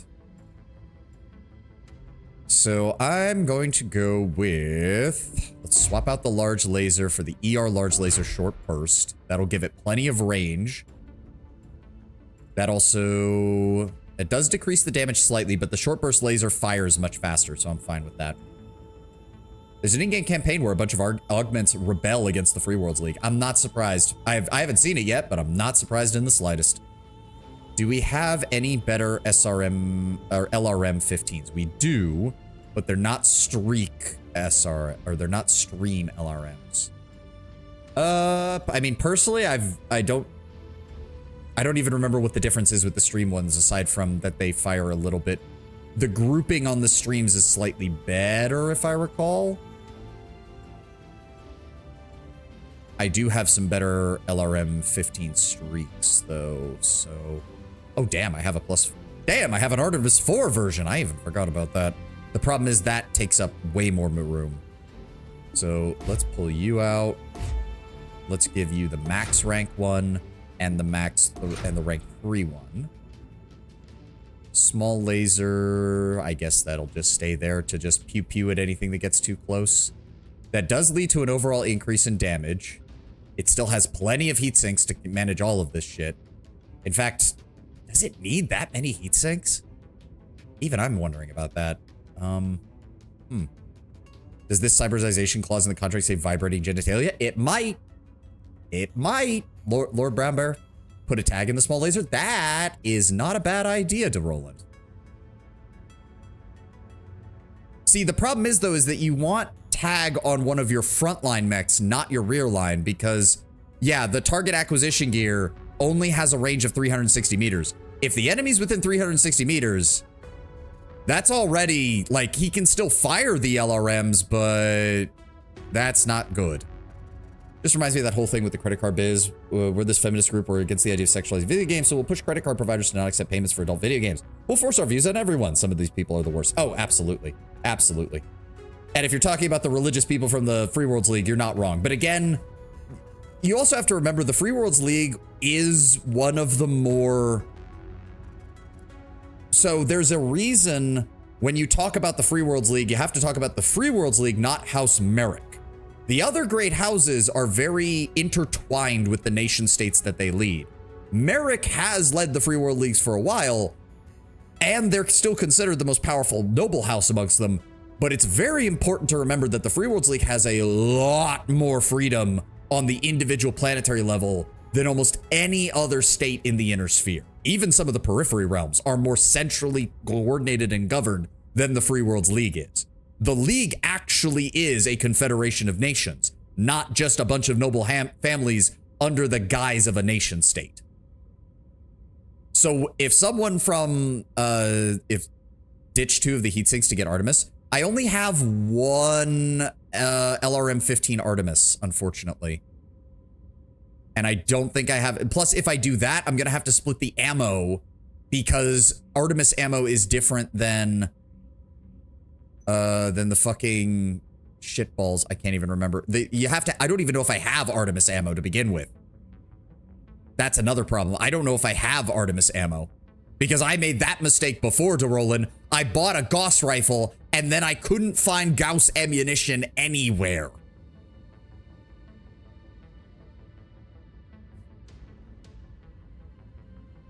So for right now, we'll just take it with this. We'll just take it with this, with the single heats. I do, if it is going to be a fire support mech, it already has a 2.86 on cooling, so we should be good. I do think we pull 2 heat sinks. We pull 2 heats. We pull 2 heat sinks. We include a 3rd ton of LRM ammo. And then we use that last ton to top off some of the armor. Just a little bit. Why does it have 40 armor in the rear? Holy shit. Okay, no, we're redistributing that a bit. Like, I know it's a fire support mech, but holy shit. It should not be having almost half its armor on its rear structure. Okay. That's maxed out, that maxed out. We can put a little bit more armor on the legs. Actually, if that's the case, we can also swap out the small laser. Because that, we have half a ton left. And I can go ahead and put in a small pulse laser. Pew pew. Butt stuff, not on the awesome. No, no, DeRoland. You will not sneak up on the awesome. All right, let's get started on that work. It's going to take 61 days to get that thing fully repaired, but that's fine. It is the 27th of July, and rare mech on market. All right, let's travel to Rodstad. Wait, Rodstad? Pretty sure that's going to be the one of the major worlds of the Rosselhog, Free Rosselhog Republic when we get there. Job rewards. Collect 2 superchargers. Million C-bills and some reputation. Thank you. Improved range. Okay. Does that affect all ranges? Yes, 10% to all weapon range and velocity. Ooh, I like that. Rodstad Academy. A flea. Really? Really? I mean, it is a flea with so much goddamn weaponry, but it's a fucking flea. It also doesn't even do what the flea is meant to do, which is run at almost 150 kph. It only runs at 97. Also, you can mount a bunch of SRMs and machine guns on what is otherwise a laser platform. Yes, I suppose if you're using it to kill nothing but infantry, this is great. I mean, it's a good flea. I suppose if it has any double heat sinks, I'll buy it and then sell it back after stripping the double heat sinks out. Oh, it does. Oh, well, in that case, hold up. I also want to read the description. It's so tight. Oh, give me one moment. Ad is playing. I'm going to go refill my water bottle and I'll be right back.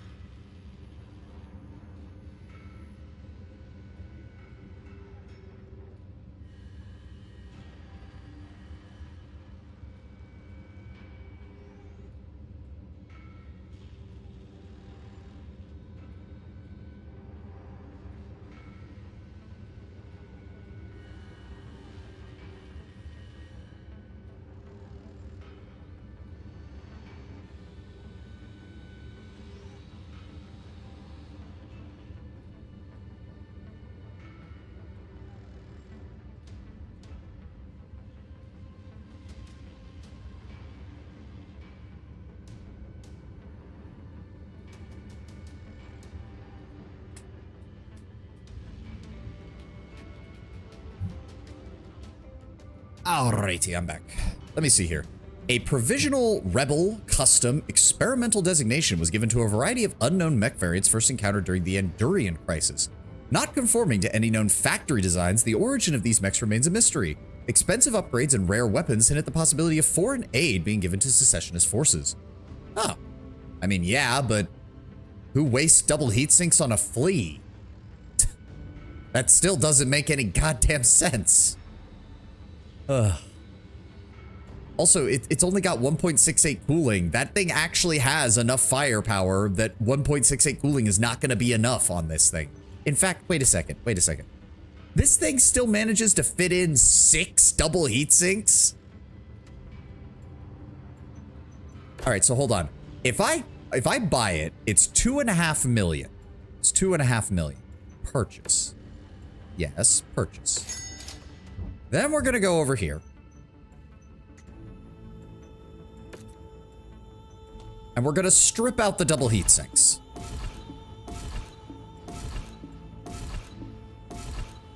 Right? That's the only thing of value on this. And then we're going to cold storage the rest of it. And then I'm going to go to the map marker. And I'm going to go down here. And I'm going to go to the flea. And I can get 661,000 back. So in the end, I paid about 1.8 mil for a bunch of double heat sinks, which is still not bad. Just do cold storage. Oh, well, too late now. There we go. And then, so that just got me 6 more double heat sinks. Where do I want to put those? So I do know that the Corsair runs very hot, but the Corsair also has almost no room left.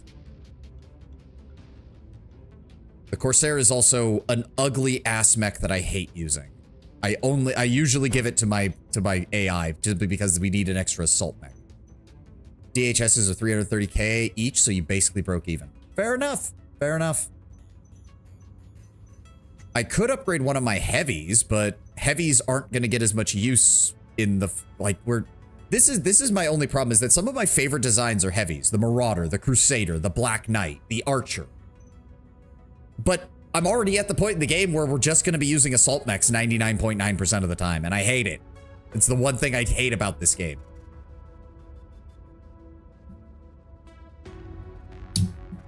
Because look at the Black Knight. Look at the Black Knight. It's just so goddamn perfect. Or even the Rifleman. Even the Rifleman. I've loaded up the Rifleman with large lasers. Sure, its armor is shit, but this thing hits hard as long as it's at max range.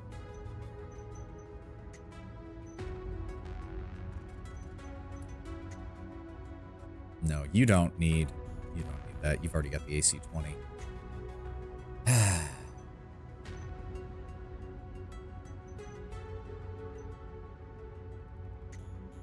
I guess the Battlemaster could use the heat sinks. Maybe. It's already got a 2.3 on the heat sinks. Gun nipples, yeah. Some mechs do have that. Some mechs absolutely have that. And some have the hip-mounted AC, which is also a common thing with a lot of Star League era assault mechs. They really loved the right torso-mounted AC. What did I put on the Victor? SRM, AC-20, and Pulse Laser. Yeah. See, that's what I mean. Again, it's like the 80-ton assault mechs are always just so, like, I feel like there's almost nothing that an 80-ton assault mech does that a 75-ton heavy mech doesn't do better. And for cheaper. I don't know. I don't know. It might be time to retire the Marauder 3M and double down on the parts for the Marauder 3D, which is just more efficient. 2 PPCs, a large laser, and 2 medium lasers. It just needs more cooling. Like, it just needs more cooling. It also has more armor than the 3M. And moves at the same speed.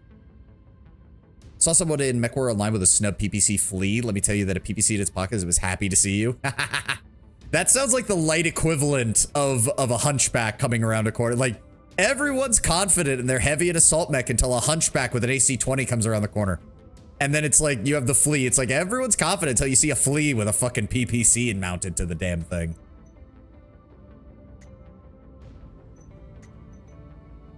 I don't know. Yeah, we might just need to retire the 3M. The 3D is just better. It's a shame because the 3M is one of the iconic Marauders with the big torso-mounted AC, but the 3D just does its job better. I just wish they could have kept the housing and made it so the laser looked like it was bigger. You're gonna be real happy with the storyline mech reward. Oh, okay, okay. Don't spoil. Don't spoil. We'll get there. Yeah, we're gonna retire the 3M, put it into cold storage, strip the parts. And then both of my Battle Masters, I think, will get the double heat sinks. I think they need it. So we also got 2 double heat sinks from the Marauder that we did. So, I knew I had another slot for an engine heat sink. There we go.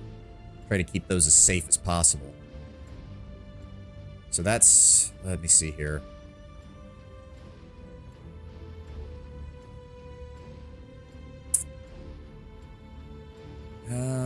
SRM4s, SRM6s, 4 small pulse lasers.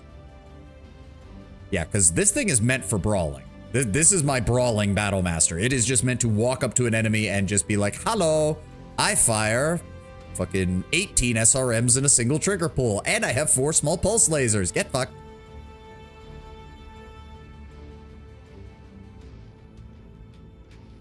Hold on, start work on that. I don't know. I just don't know. Like, again, if I knew I was gonna go into a fight with more of my heavy mechs, I want my Black Knight to get better. Like, the Black Knight already has 4 double heat sinks, but more would allow me to use all 3 large lasers simultaneously a lot more. Keep an eye out for Marauder 5A. That's one of the other variants that I don't remember.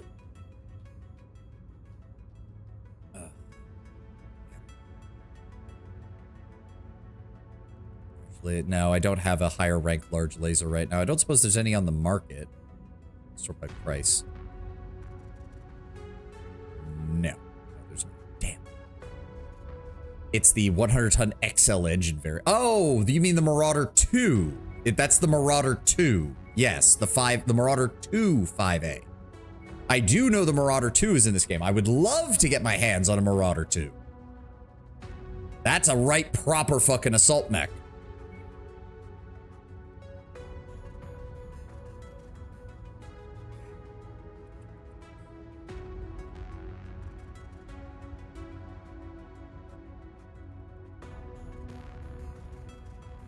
I just don't know if I can justify putting the double heat sinks in anything right now. I just don't. At least not anything that I pilot. We could replace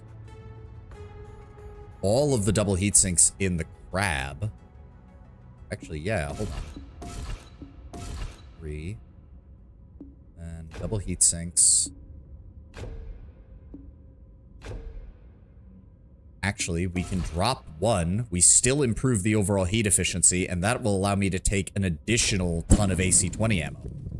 Hell Frozen Nova is now aboard. Welcome, Hell. Thank you for the follow, man. Get more AC-20. Yeah, that's what I'm thinking. That will get me to an even 80 tons of AC, or 80 shots of AC-20. While still improving the cooling. Get started on that. Jesus Christ. Why is it going to take... Wait. It says 8... Total days to complete work order. 8 days. Oh, it's adding it... Right. This will begin after completion of the upgrade work order. Right.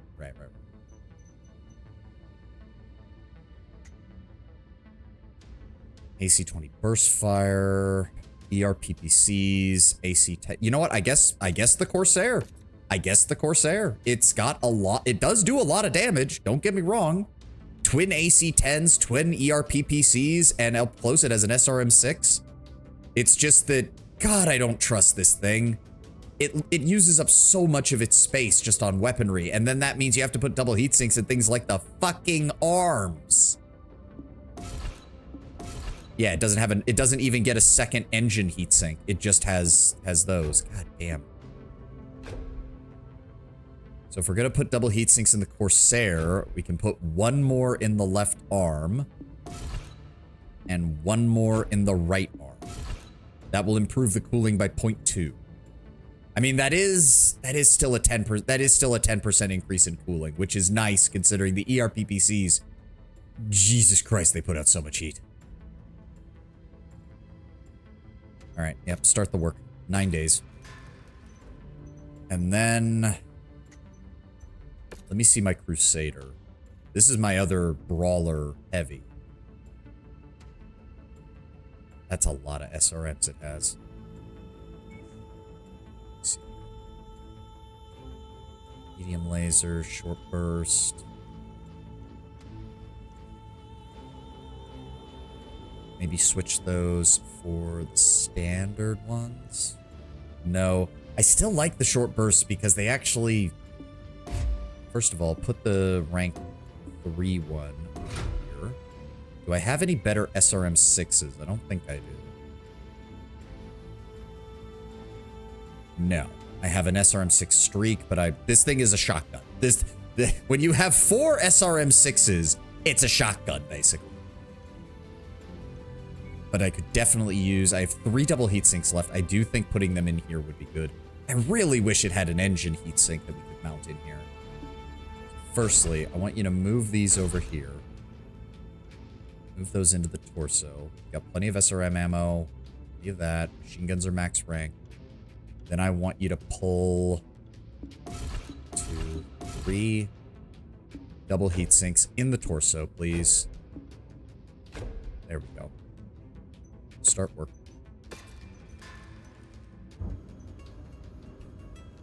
If you have 4 SRM6s, it's a bad day for the other guy. Exactly. Exactly. There's nothing in the cantina. Collect 5 small tier 2 laser tier 2s. Kill 40 VTOL units. Does give me a max rank LRM though. That's not bad. What am I the lowest on here? Oh, I have not been doing any treasure hunter missions. But I don't like them, and they're not very good.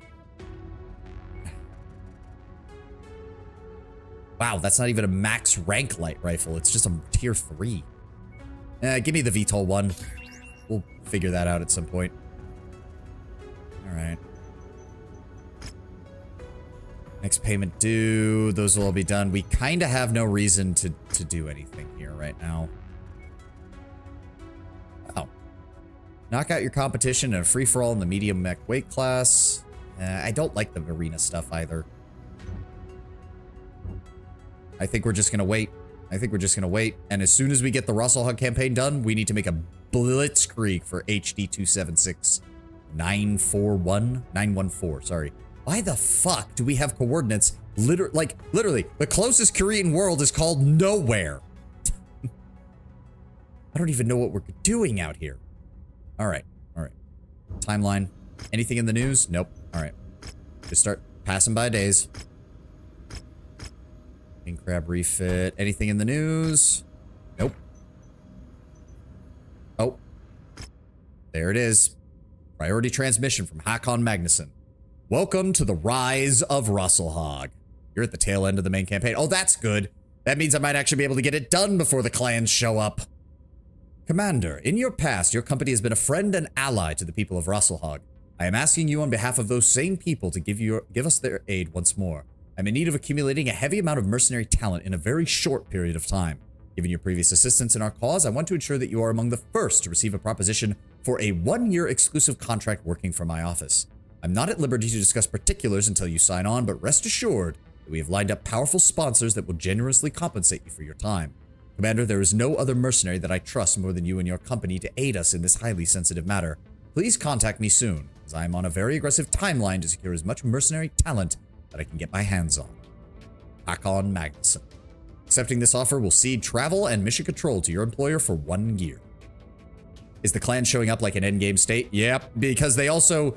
So the clans showing up, Lord Brown Bear, 1 is going to throw the entire Inner Sphere into turmoil. 2 is going to introduce the Inner Sphere to clan tech, which is...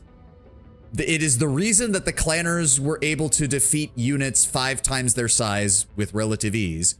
And 3, it's going to basically upend the entire political balance of the Inner Sphere. It's the endgame state for now. Technically, we will be getting an expansion later in May that is going to be dealing with the FedCom Civil War, which is the splitting of Davian and Steiner back into independent states. But everything that comes after that has to do with, yeah. The first Shadow of Kerensky mission is, yeah. I have, don't spoil it, but I've already heard that, yes, the first couple of missions against the clans when they show up that are in the campaign, oh no, you are not meant to have a good time. You are not meant to have a good time with those. All right, we're taking the offer. It means a lot to me that you have answered this call, Commander. Although we only briefly worked together, your past actions have proved that you are a friend to the people of Russelhog. And right now, we need all the friends we can get for what must be the most important event of our lives. Commander, I have entered into a pact with the Primus of Comstar, Mindo Waterley, and the Draconis Combis Gunji no Kanrei, Theodore Kurita, that will grant a large majority of the Russelhog military district its independence. In early March of next year, I will be announcing our formal secession from the Combine and the birth of a new, independent nation, the Free Rosselhog Republic. Comstar has pledged administrative aid and a generous stipend of both grants and loans to sponsor the formation of our new government, with Kunre Kurita pledging that the Draconis Combine will recognize the Republic's sovereignty and promptly withdraw all DCMS military assets from the Republic upon declaration of independence. Archon Katrina Steiner has also pledged to recognize the sovereignty of Rosselhog and will give the Republic a number of systems with direct ties to our people, turning over nearly all the world's Christian and the First Tier liberated in the name of House Steiner during the Fourth Succession War. Naturally, given the stakes involved with one of the largest peaceful transfers of power in the history of the Inner Sphere, many are on edge as to what the Curitan and Steiner loyalists living on these systems will do once we announce our secession. And though we have invested heavily in growing our new military, the Kungsarm, the reality is that our numbers are only a fraction of the DCMS forces currently stationed in what will become the Republic. Both Primus Waterley and I agree that in order to deter any troublemakers from breaking the peace, the Kungsarm will need to be supplemented by mercenary companies, lots of them, including you. We've hired over 5 full companies to supplement our military with multiple regiments worth of battle mechs, and we're securing contracts for more. Given your history with our people, I will be stationing your company in the new nation's capital on Rosselhog under the command of First Tier and your friend, Christian Mansdotter. Your unit will act as the First Tier supplementary mercenary support company under the direct command of Overste Mansdotter. Make your final preparations, head to the system Judd Point. With any luck, this contract will be nothing more than a glorified garrison assignment. But for a matter as volatile as our independence, I'd rather have you under contract and not need you, than need you and not have you. We'll speak again soon, Commander. Set course for Rosselhog. Fort Herot, Rosselhog, the Rosselhog military district of the Draconis Combine. The Tier movement was founded to right the injustices brought upon the people of Rosselhag by those that claimed to be our equals. For over 700 years, both House Kurita and House Steiner have used their lies of equality to justify the oppression of our people. I am here to announce that these injustices end now. Today, with the blessing of both Comstar's Primus Mindu Waterley and the Draconis Combine's Gunji no Conre Theodor Korita, I declare the independence of the Rosselhag Military District from Combine rule. From this day forth, we will be recognized as the Free Rosselhag Republic.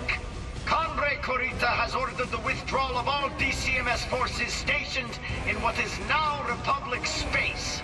Overseeing this peaceful transition of power will be the loyal forces of our newly formed military, the Kungsarmee. Report! DCMS's 8 Rosselhog regulars have attacked the Kungsarmee and ISIL convoy, carrying Marcus Kurita. They're attempting to free him from our custody. Damn it! Alert the ISF at the Combine Embassy. I'm greenlighting the full deployment of the First Tier's battle mech forces. Well, that didn't take long before everything went to shit, did it? Alert! All First Tier and supporting mercenary forces prepare for immediate deployment. We are under attack.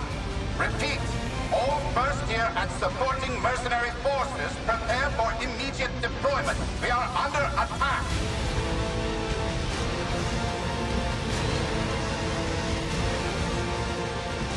I played through the game basically 3 times because I didn't know that career doesn't do the main campaign. Yeah, I had to look up that as well. And when it was confirmed that it's basically, you basically do the story campaign alongside everything else if you do the regular campaign, I just went with campaign. It's the Battletech universe. When doesn't something go to shit? Fair. Fair. But yes, if I recall the historical context here, most of the DCMS did withdraw as Theodore Kurita requested.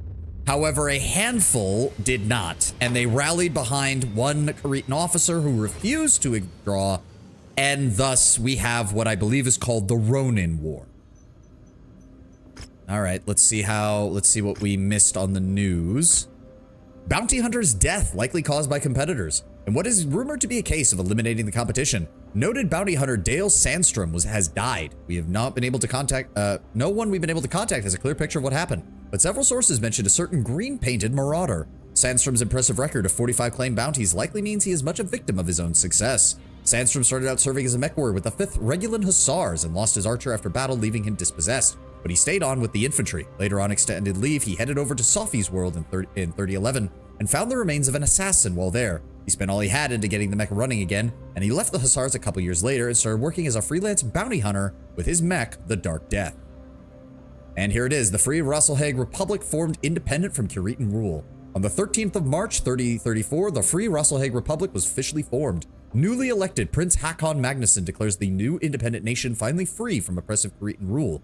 After negotiations with Theodore Kurita, Katrina Steiner, and Comstar, the FRR was created and entrusted to Magnusson, former leader of the Tyr Resistance. Consisting of liberated worlds of the Tamar Pact, seated by Katrina Steiner, and sections of the Combine's Russellhague military district, the Russellhague people had not been a unified nation since the Principality of Russellhague was subjugated in 2330 by the Draconis Combine. For note, that is literally 704 years ago. Magnusson assured the people of the Republic longing for sovereignty that they would no longer be subjugated by foreign oppression.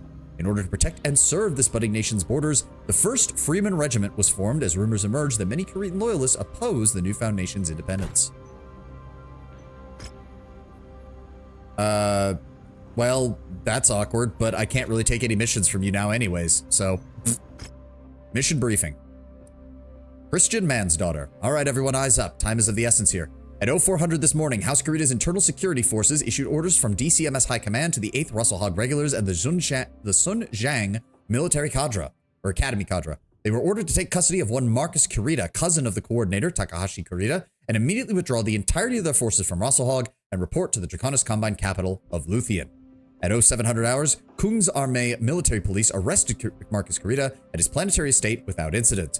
Once in custody, the Kung's Armee contacted the ISF at the new Combine Embassy and arranged for Marcus's extradition through a handoff with an ISF collection team. At 0800, en route to the ISF handoff, the convoy carrying Marcus Kurita and the ISF collection team came under attack from hostiles containing both mechs and armor.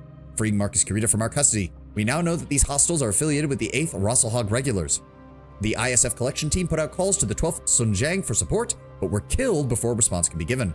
The Combine Embassy has just informed us that they believe the entirety of the 8th Regulars has gone rogue, refusing all given orders to stand down, and has given us permission to mobilize our forces ahead of scheduled timelines. The ISF and I are jointly tracking 2 groups of rogue regulars. They are both converging on one place, the Reykjavik spaceport. We can only assume they are attempting to flee the system with Marcus Kurita in tow.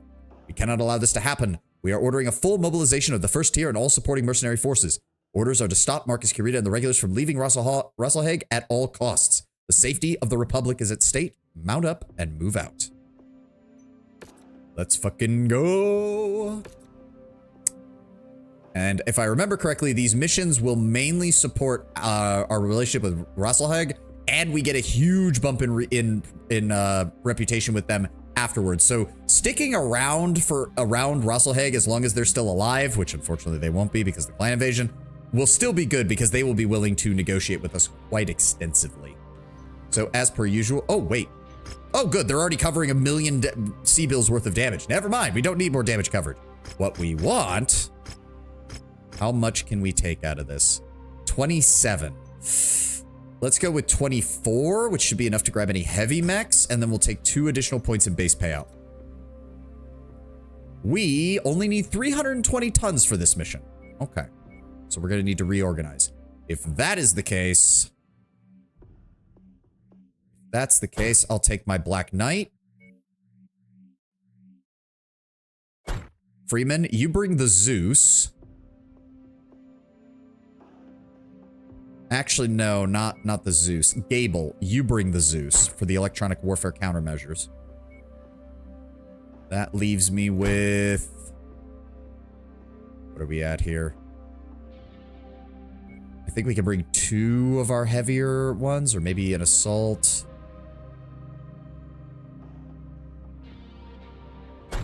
Shenzang, if I have you bring that, that leaves us with 70 tons for Freeman.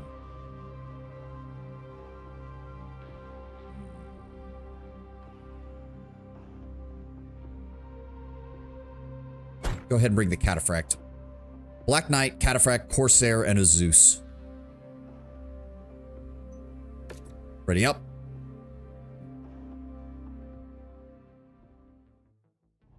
The DCMS's 8th Russellhague regulars have attacked the Kung's Armee and ISF convoy carrying Marcus Kurita. This is a small map. Attempting to free him from our custody. We need to chase them down before they can... Wait. Dear What? Lord. The 12th Sunsong Academy cadre just attacked onlookers in the city center. Multiple civilian casualties.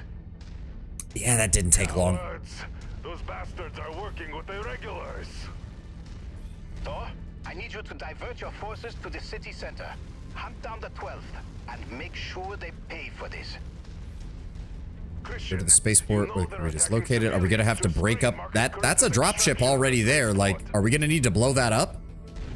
I know, but with all DCMS forces in system There we defining go. their withdrawal orders, it's up to us to defend our people and the seat of our new government. Commander, you will need to continue to the spaceport and stop Marcus Kurita's dropship at all costs. So, do we just blow it up? Target acquired. We've crossed the outer perimeter of the spaceport. The 8 Razelhag regulars have dug into defensive positions and are showing no signs of standing down. Multiple light mechs. Fight through them. We can't allow Marcus Kurita's dropship to leave the system. Got him. Got him. Swing back around. Where is this piece of shit? Where is this piece of shit? There he is. And I just stepped on something explosive. Fuck. I don't like that there's no visualization difference between the things that explode on the ground and the versions of them that don't. Why are you not dead? There we go. What is that? An SRM carrier? Where is it? There it is. That matches the class of beetle we're after. Take it out. What the hell did they just drop out? Ship fusion reactor spin-up detected. That must be the one. Working on it. All costs. Got him. Target destroyed. Is that the one we're after? Approach Marcus Kurita's dropship, destroy all Kuritan mechs. Okay. Target acquired. Target Okay. destroyed. No, it's the one off to the right, but we've got multiple targets that we're dealing with.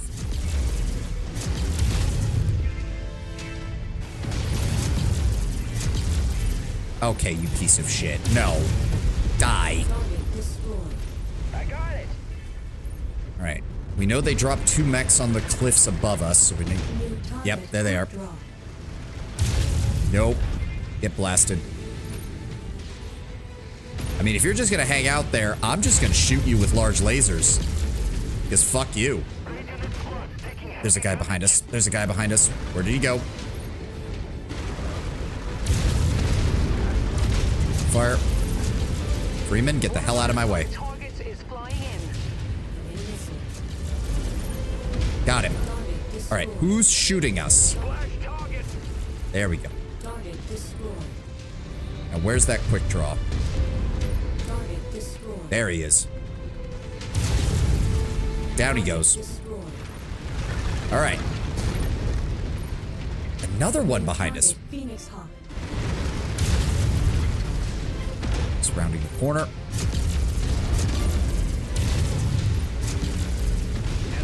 Got him. Good shoot. Yeah, like, those containers usually don't blow up, but sometimes when you step on them, they're apparently filled with fuel and they explode and can damage your mech. And same thing with fuel lines and things like that. And it's annoying that there's no visual distinction between them. What is that? Working on it, man. I'm working on it. We got multiple enemy mechs still in this area.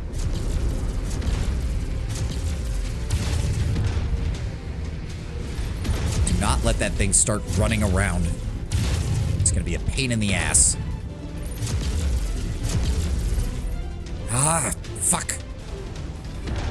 I ran over a tree and it exploded. Yeah, it doesn't surprise me sometimes with the way this game is. It's usually pretty good about not doing shit like that, but every now and then, some of the terrain features just fucking explode for apparently no reason. Where did he go? God damn it. Yeah, see, like those fuel lines, they blew up when I shot them. They didn't just disintegrate. But I've stepped on fuel lines before that there was no problem. They just crushed and nothing was bad. And then other times I'll step on them and they fucking vaporize. No, you don't. I'm going to blow you up. Come back. Come back. And that is what happens when you deal with... Okay, where? Okay, good. Good shooting, guys. How effective are mines against mechs? They can be effective, but a lot of the time, if I remember correctly, artillery and anti-mine clearing efforts are usually pretty decent in Battletech. So the only people who use mines, the only way to make mines effective is to use them en masse, and most people don't like, you know, rendering entire portions of their planet unlivable because of that. Come on. No! Yeah, dropship would have enough armor that mech scale weapons aren't going to be enough to break. The Chuckle Fuck Well, Brigade. the Chuckle Fuck Brigade has arrived, but unfortunately we're losing! Trip on your own gladius. Chuckle Fuck Brigade. Somehow still victorious. Calling on all forces loyal to the court. Oh god, he's monologuing because he got to run away. But Roma still survives the day thanks to the Chuckle Fuck Brigade. And they're dropping right on top of us. Move away from there, you dumbass. Oh no, they're blocking my line of sight. They're blocking my line of sight.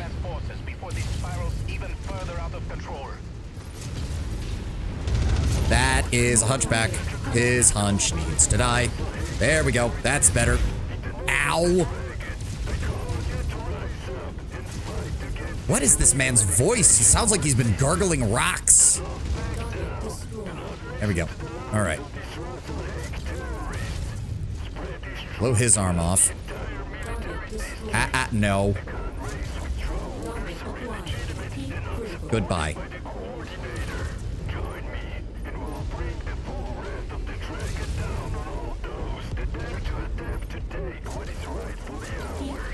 What? Oh, that's the wrong button. There we go. 3. I see that, Rihanna. We've kind of been fighting them this whole time. Ah, there we go. We didn't take that much damage. Thanks, Rihanna. Return to Fort Harrod for debriefing. Don't get too comfortable. We still need to hunt down the rogue DCMS forces and make them pay for what they've done here today. So what was I saying? Right, Tenwood, you were asking about mines. So again, the main problem with mines is the same problem we have in any modern conflict, which is, yeah, you can use them. They're decent. They're pretty good. They're great static defenses, great area denial weapons. Until you have to end the war and live in that area, and then it's a problem. So in general, mines are not seen as... If you are trying to take a world in Battletech and you really want to keep the infrastructure intact, you try not to use mines, because the weaponry in Battletech is already pretty devastating as far as wiping out industry goes. There's no reason to accentuate that. But if you're a scorched earth kind of defensive person, like say the Taurian Concordat, then you don't give a shit. Mechs would have very vulnerable to damage blasting their legs. Legs being very advanced mechanisms, very easily damaged. One of the core reasons why mechs are a bad idea, realistically. Yes, and there's a reason that one of the most common ways to knock a mech out of action is to knock out both of its legs.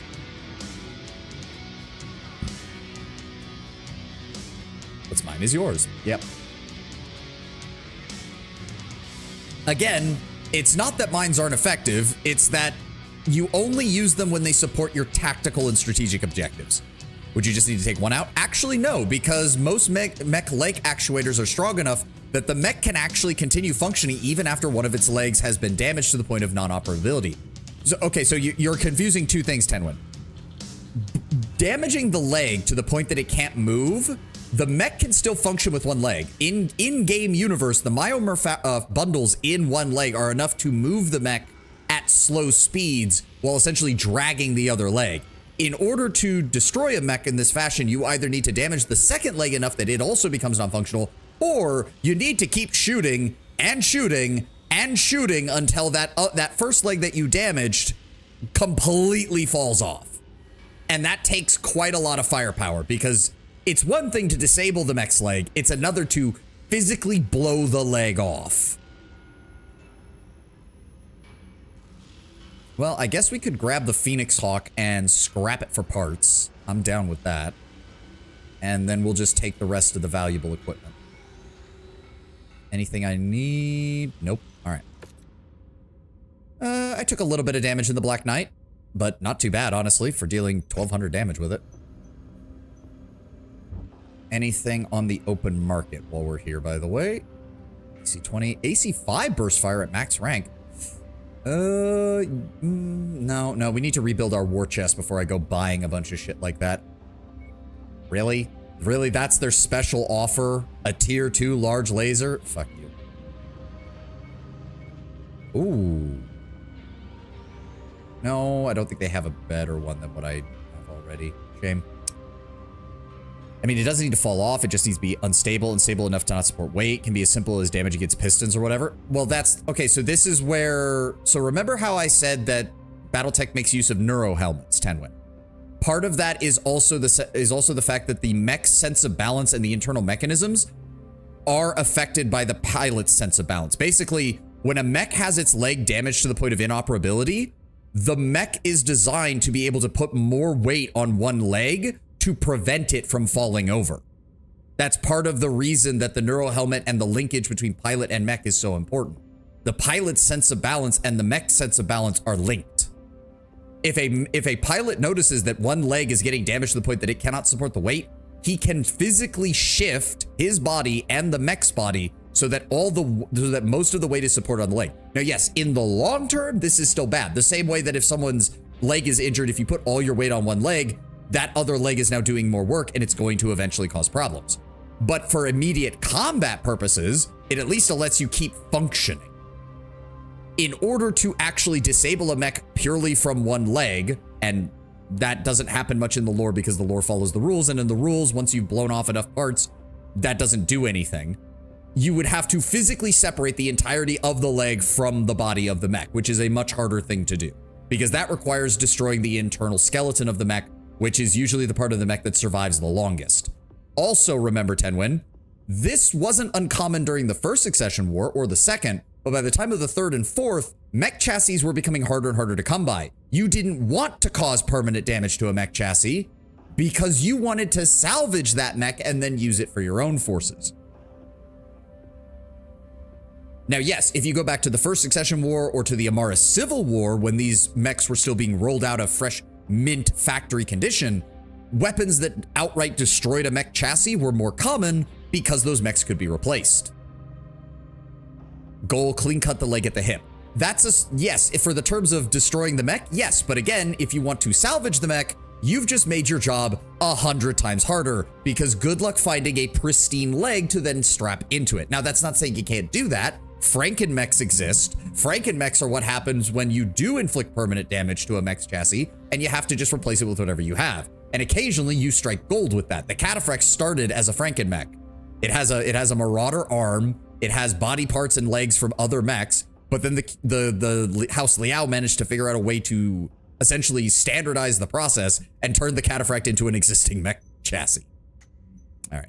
Let's go ahead and throw the Phoenix Hawk into cold storage, strip it of all parts that we don't need, and then sell that shit. Salvage the leg you severed and the mech would be a vaguely simple replacement. You just...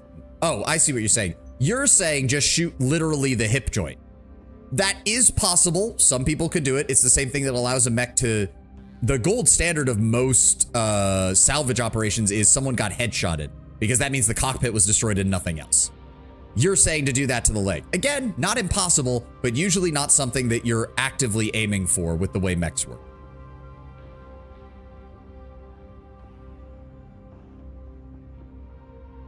Yeah, I see what you're saying, Tevin. It's not impossible. It's just that most groups don't bother. They don't bother. That's a lot for what you could be doing is just cutting apart the mech anyways. Just imagine that cutting weaponry would be experimental within universe. Most cutting, the closest thing you get to cutting weaponry is laser weaponry. Laser weaponry is what is used to sever, or at least to systematically deal damage to specific portions of a mech's body. The problem is that the laser has to be kept on target, which means if the mech is moving, you have to match their movement at range to keep it burning in the same spot. This is also the downside of energy weapons. Invents plasma cutter just 100 times bigger. That's kind of what larger lasers are, basically. The binary laser in particular is essentially that. Again, it's just a matter of if they're still moving, you have to be aiming at that exact spot for a long period of time. You have to match their movements. You have to match their speed. And if they see you trying to do that, their buddies are probably going to shoot you while you're doing that. It's just one of those things where it's like in the vagary of war. Would it be great to do it? Yes. Does anyone actively think of doing that when they're being shot at by a dozen other mechs? No, because you're much more concerned with staying alive and killing the enemy. All right, let's get our repairs going and view our transmit. Oh, that's all right. Fine. I'll take it, but I'm not going to be able to get to it. Moving on. All right. The dropship carrying Marcus Carita has just left Russell Hague's planetary perimeter and is now en route to the system's jump point. Attempts to pursue the dropship were called off when military dropships and aerospace assets belonging to the 8th Russell Hog Regulars and the 10th Sun Jiang training cadre fell in to screen Carita's path to the Russell Hog jump point. We simply do not have naval assets on hand to contest them at this time. We're expecting that a large majority of both rogue DCMS units and Carita himself will jump out of system within the coming days. This is already a disaster, as I am receiving reports of other DCMS units refusing their stand-down orders, sparking violence on a number of worlds throughout the Republic. Although Comstar has barred Marcus's wideband declaration of war from being transmitted through the HPG network, his message has already been recorded and ferried to a number of systems via dropships relayed from Combine sympathizers and their merchant guilds. Franken mechs are so bad, you might need to cancel some of your repair orders or bring different mechs. I can bring different mechs, that's why I have them. I know that this is, some of these missions go from one to the other. I'm aware, Roland. I'm aware. Things will only get worse the longer Marcus Carita is in the wind. We need to find out where he's going and take it back into custody. The ISF has forwarded us the location of the 8th Russell Hog Regulars primary base of operations. They say that if we can take hold of the facility before the remaining regulars in system destroy it, they will provide assistance decrypting any secrets left by the regulars that point to their destination. Christian, Commander, I cannot stress how vital this mission is to the survival of the Republic. Get it done. All right. Yep, they want us to go in immediately. They've got 1 million C-bill damage coverage. We have 9 negotiation points, so I think we go again. Let's go for 21 salvage shares, and we'll grab 3 C-bill payouts. Yep, I am aware. All of my mechs are being worked on. Thank you very much, game. That is why I have multiple lances. I'll go ahead and grab the King Crab. Go ahead and bring the Battle Master. What does that leave us with? Gable, I want you to bring the Awesome. And then that leaves us with 65 tons. Ooh.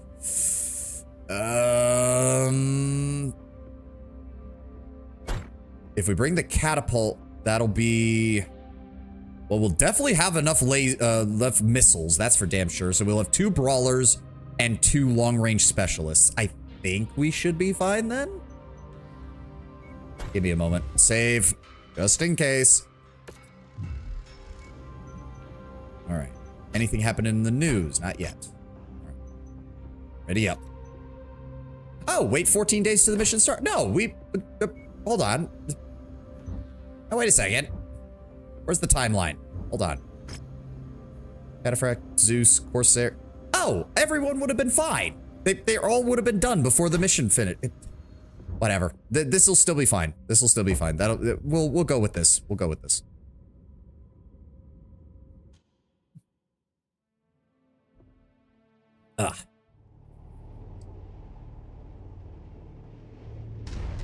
I'm assuming we need to just defend this base. And 12th Sun Jiang Academy cadre were responsible for extracting Marcus Carita and causing general mayhem across Russell Hague after our declaration of independence. While many of them fled the system with Taishu Carita, their quick escape left many stragglers trapped on Russell Hague. For the good of our people, we need to bring them to justice. Their base of operations on Russell Hague has been marked at the nav point ahead. Commander, we need your force to secure their base at all costs. The regulars will likely attempt to destroy it and any evidence of their insurrection. Capture the facility and see that it remains in functional condition. Understood. We'll get that handled. No, I think Judging from the size of this map, it's probably a good thing I brought brought both of our heavy LRM boats.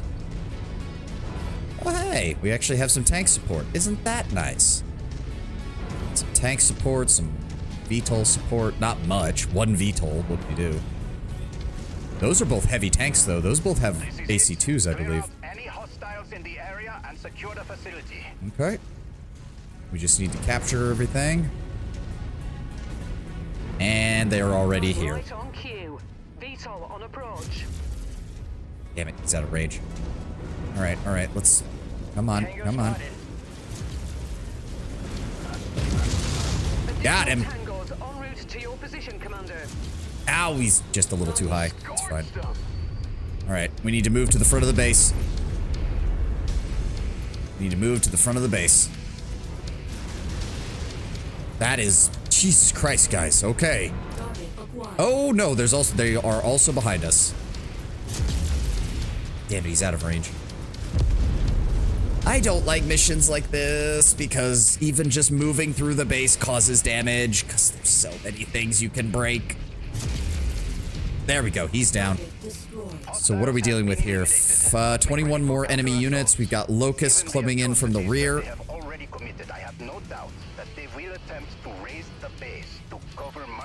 I'm sure they will.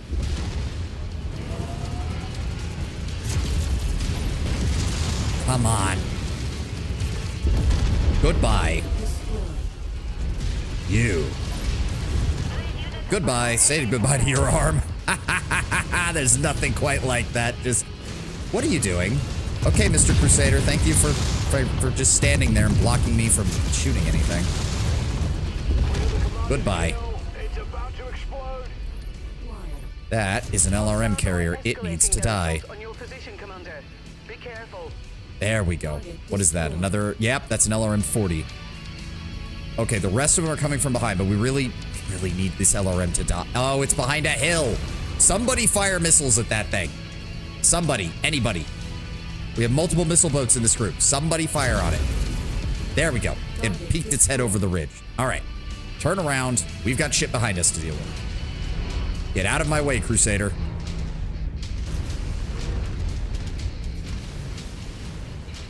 Target Panther. Okay, the Panther's gonna be annoying. What else have we got? Hunchback with an AC-10. That won't be as bad. Scorpion light tank. All right. Hello, Mr. Panther. Would you like to crest that ridge and get in range of my AC-20s? Ooh, almost. He was considering it. Come on. Come on. Peek your head over. Peek your head over. Goodbye to your arm. Goodbye. Now. Where's those guys? Scorpion light tanks. They are behind the rocks. Almost got him. New target, Hunchback. Hello, Mr. Hunchback. I see my LRMs have already found you. Hello. I mean, if you want to expose your side to me, that's fine. I can work with this.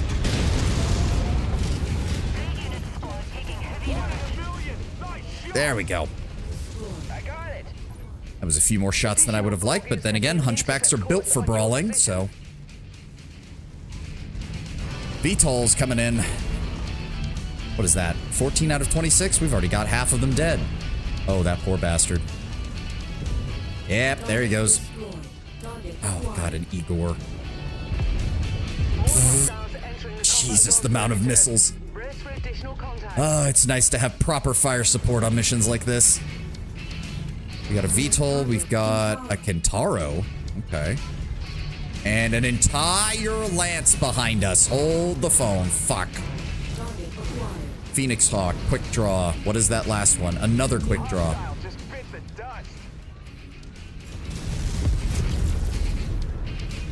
Let's see what we can do about that Phoenix Hawk. No, no, no. Come to Papa. You're not the only one. Come on, turn. Turn. Come to me. Come to me. You know you wanna. You know your stupid AI wants to. Oh, I missed him. Fuck. Oh, hi. Hello, Kintaro. Didn't realize you were behind there. This facility. They must be worried about what we'll find here. We cannot allow Down he goes. base to fall. There we go. All right, who's left? 2 quick draws. Damn it, I gotta get better about aiming with my fucking SRMs.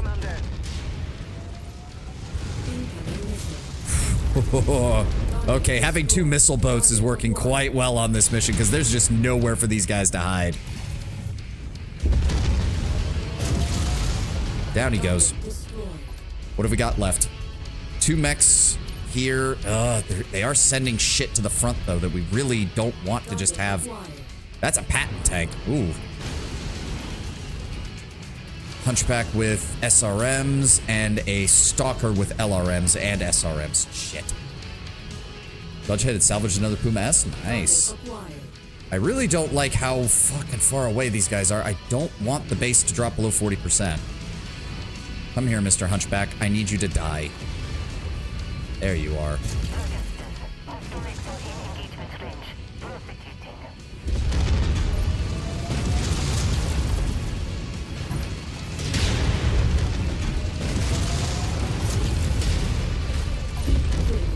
There we go. Now. Hello, Mr. Stalker. Need the heat to dissipate a little bit. Come on. Dissipate. Dissipate. Back up, back up, back up. Downy. Oh, damn it. Emergency shutdown. Come on. Turn on. Okay, my boys got him. All right, we need to... Is that the last? Yep, there's nothing else but those basic tanks. So we just need to get up there and finish them off. Not the biggest fan of how this mission was set up with the way the enemy came in, but... All right, come on, guys. Where, hold on. I'll just switch. Where's my LRMs? There we go. Far away, far away. Here come the LRMs. There's 40 of them. You can't get away, away. Good lord. And the patent tank. No further enemy signatures detected. It's so nice. The board looks clear. That worked out so well. Christian, direct your infantry squads to search the base and capture all documents and data cores. We need to find out how deep King Crab. There it is. Goes and where to find him. I'll alert Comstar and the ISF at the Combine Embassy and see if they may be of some assistance. We're already getting reports from across the Republic of other DCMS forces refusing to stand down and recognize Russellhaig's independence.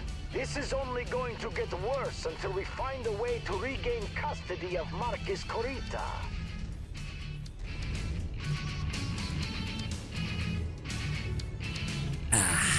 Another glorious mission. Largely without a hitch. Not the best mission to take the King Crab on. It just doesn't quite have the speed for this kind of shit. But dual AC-20s compensate for a lot of problems.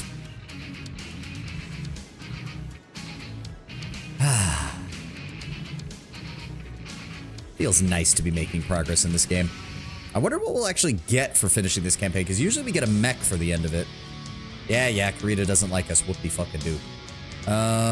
We'll take the quick draw to sell that up. Ooh, those are some nice SRM-6s. I'll take those. Ooh, and some short laser. Ooh, can I...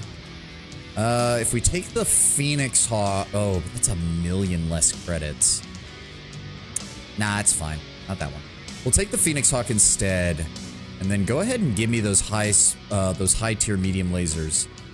Yeah, we'll take those. And the AC-10. Why not? Or AC-2. Whatever. Minimal damage across the board. Damn! Freeman did good. 409 damage and didn't take a single hit. Same thing with Lance. Unfortunately, Shenzhen got a little close for being in a catapult, so he took some damage. But otherwise, there we go. Thanks to you, we were able to secure a number of data cores that were handed off to the Combine's ISF. They assure us that they will fast-track declassifying all recovered documents and will share their findings with both my office and Comstar's First Circuit, who are working to assist the Republic's intelligence efforts, given that our own intelligence service, the Mimir, has yet to fully roll out. For now, set about getting any refits and repairs you will need. The second my office has a credible lead on where Marcus Curita is going, I'll be shipping you and the first tier out to apprehend him. Make the most of the downtime. 4 million C-bill bonus, a max rank, or a tier 4 SRM4, a tier 4 autocannon 5, and 4 max rank flamers, which would be nice if I had anything that was actually useful for flamers. Anything on the mech market while we're here? Pretty sure that's one of the quick draws we just killed, but okay. A trebuchet. A brawling trebuchet. Well, not even really a brawling trebuchet, just a trebuchet without... That is a weird setup, but okay. Thunderbolt, that's a heavy. I don't need a heavy. I don't need any heavies. No. I don't need a third battle master either. I don't need a third battle master. Good lord. Stop trying to sell me battle masters, game. I don't need them. All right. Strip the Phoenix Hawk and sell off what's left. Everybody else get repaired. 20 days on the King Crab. Damn. Wait, did I lose? No, I didn't lose any components. Okay, good. Yeah, I figured it was going to take a while. Looking at the Puma I salvaged, it was just a headshot because nothing but the head was shot out. Nice. That you always love to see that. Nothing new there. Timeline, we're departing now. The refit will be done well before we get to our next destination. Good. The ISF have declassified those captured documents found at the regulars' base. They've tracked Marcus Curita and his 2 rogue DCMS units to the Perdlitz system. Christian, we're already receiving reports of other DCMS forces refusing to recognize the legitimacy of the Republic. I fear that things will only get worse the longer he remains free to stir up trouble. Commander, I want you to accompany and assist the first tier as their embedded mercenary support. From this moment on, apprehending Marcus Curita is your top priority. Repair and refit your forces as fast as possible. Travel with the first tier to Perdlitz and bring Marcus Curita in. I will remain here in Rosselhague and work with the Combine Embassy to see if Conrad Theodore Curita is willing to take action against these DCMS forces that refuse to stand down. He won't. I can already guarantee you that. Good luck, gentlemen. The fate of the Republic is in your hand. Is there any mech warrior that has a head, but the cockpit isn't in the head, and the head is a turret gun of some sort? We'll get to that in a moment. Give me 1 second. I'm going to run to the restroom real fast.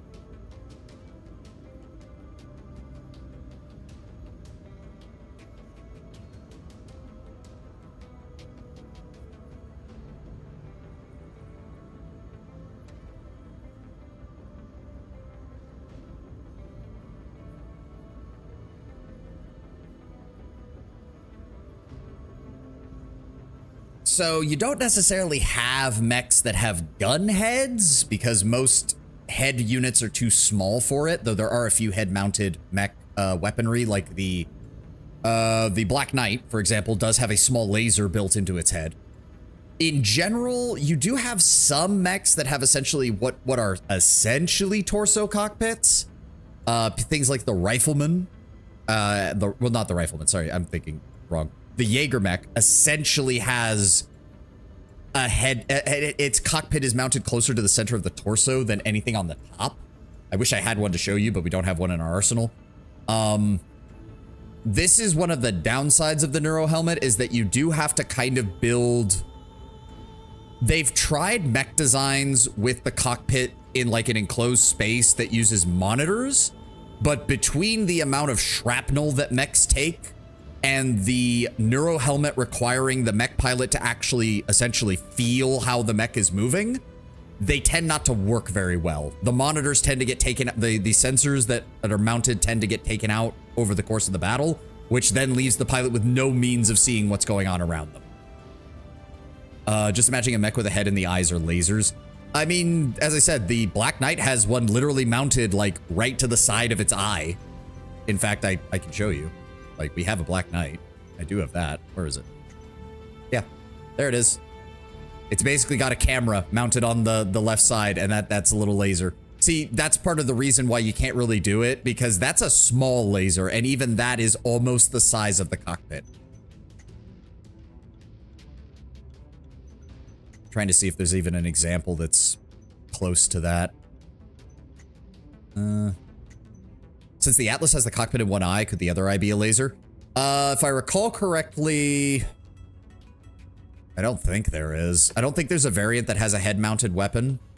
There is a variant of the Atlas that is a command mech that has a second cockpit for a commander to mount, so you can have the mech warrior in one side and the commander of the lance or of the regiment in another, so that they can issue orders from a specialized Atlas while the actual mech warrior does the fighting. There's a couple of mechs like that. I believe there's also a two-seater version of the Warhammer and a two-seater version of the Black Knight that does something similar. Yeah.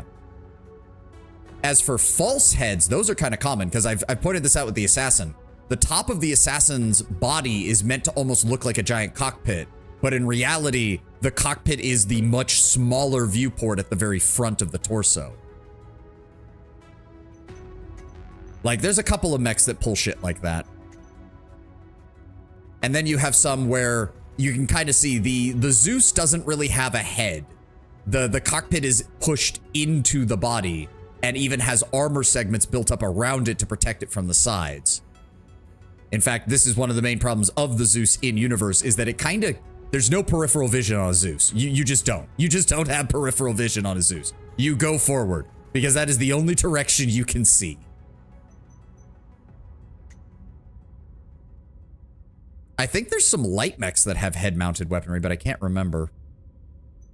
You also have to remember, Tenwin, that the head also contains all the sensor suites, all of the various other things. Like, there tends to be a lot of extra equipment in the head, which, if you put a weapon there, you'd have to move that elsewhere anyways. Mechs have more sensors than just visual. Yes, they have visual sensors. They have various radar sections, radar, electronic warfare stuff. There's basic electronic warfare stuff in every mech. It's just that some of the mechs, like the, where is it? The Awesome that we picked up, or no, the Zeus that we picked up, have dedicated electronic warfare suites that are also built into the body and take up additional room. And of course, you also have the good old Mark I eyeball. Just look outside the fucking cockpit and see what's happening. Not always the best, but it's there in case everything else fails. But yeah. All right. Where were we going? Wait, what? Huh? But I didn't complete this mission.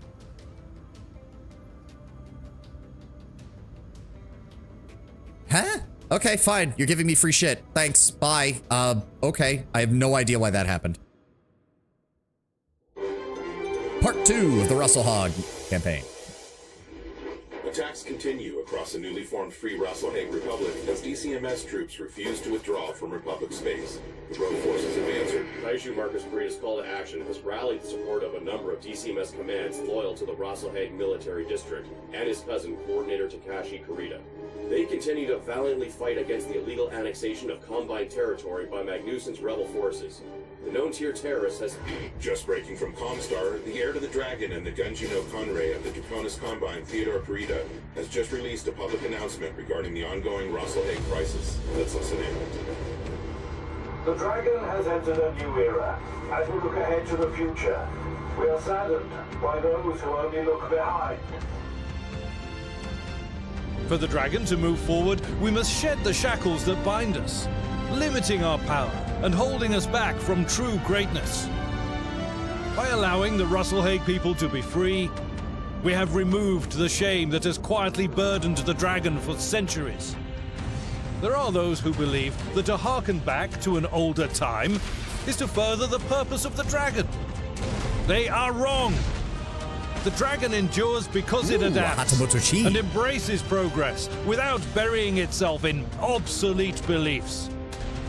Those who oppose the will of the Dragon are therefore declared Ronin, masterless warriors who think only of their own selfish desire and not the will of the Combine. To these Ronin, I say, lay down your arms and accept true honor. or follow your selfish course to a disgraceful and ignoble end. Why does this narrator sound like Total Biscuit? Because probably vague British accent is just kind of what you go for with video games, I guess.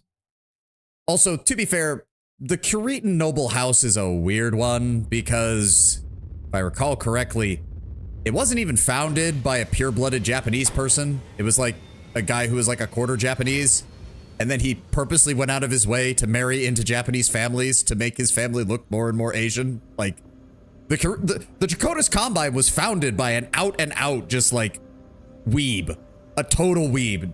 Guy was just obsessed with Japanese culture and the shogunate era in particular. And he happened to found a dynasty that went on to rule a nation that was built on exactly those kind of aesthetics and principles.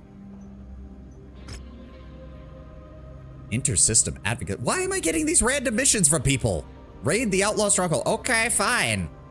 Humanitarian aid mission. Curitan worlds near the periphery. Despite the aid crew being quite sizable, consisting of 12 volunteers, nurses, and doctors, the jumpsuit disappeared and is long overdue for reporting in.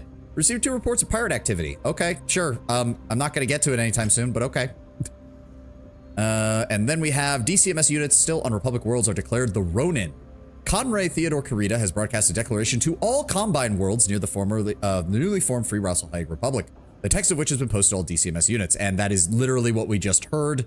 The Conray's message is a clear statement regarding the recent hostile activity of Combine military forces that were to hand over their garrison control to the Republic on the newly formed Republic's worlds. Prince Hakon Magnusson of the Free Rasalhague Republic has already issued a reply to the declaration, formally requesting the aid of the Draconis Combine in this matter. They will not do that. If I recall correctly, the Draconis Combine had no problem labeling any remaining soldiers who stayed and continued the fighting to be Ronin. They were no longer supported by the DCMS.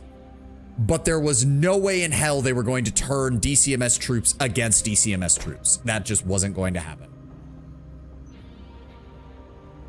All right, what are we up against, Christian? Let's see here. With the help of the Draconis Combine's internal security forces, we've tracked Marcus Kurita, the 8th Rasalhague Regulars, and the 10th Sunjiang training cadre to the agricultural world of Predlitz. This system was gifted to the Republic as a major regional breadbasket to feed the Republic. Unfortunately, the populace of the planet are fiercely loyal to the Coordinator and the Combine, so when news came that this system was to be transferred, the local populace became furious.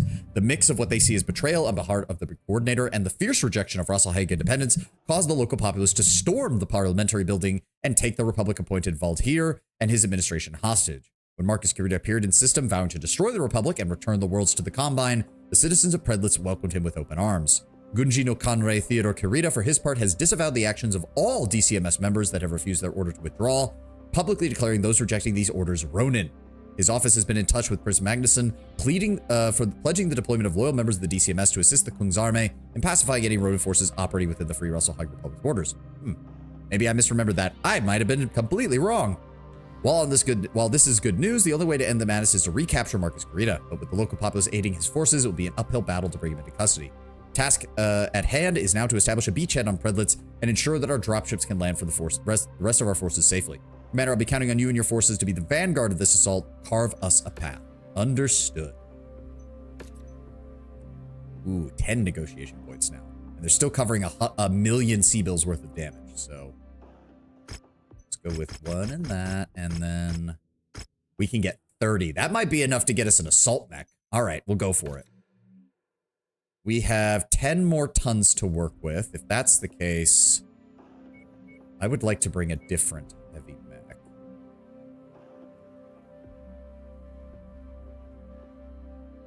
Two SRM-6s, AC-20 burst fire, medium lasers. God, I'd love to have a Marauder too. Be more focused. No, I guess I will bring the King Crab. Instead of the Battlemaster Freeman, I want you to bring the Corsair. And then we'll keep bringing... or I could have him bring the Battlemaster. We could have... Actually, yeah, hold on. Bring the 1S. And then Shenzang. Oh, no, that's a 65-ton. No, never mind. Yeah, Corsair. King Crab, Corsair, and we'll bring the Catapult and the Awesome again for fire support. And we should be good. Save. Because these missions can be a bitch. Alright. Ready up.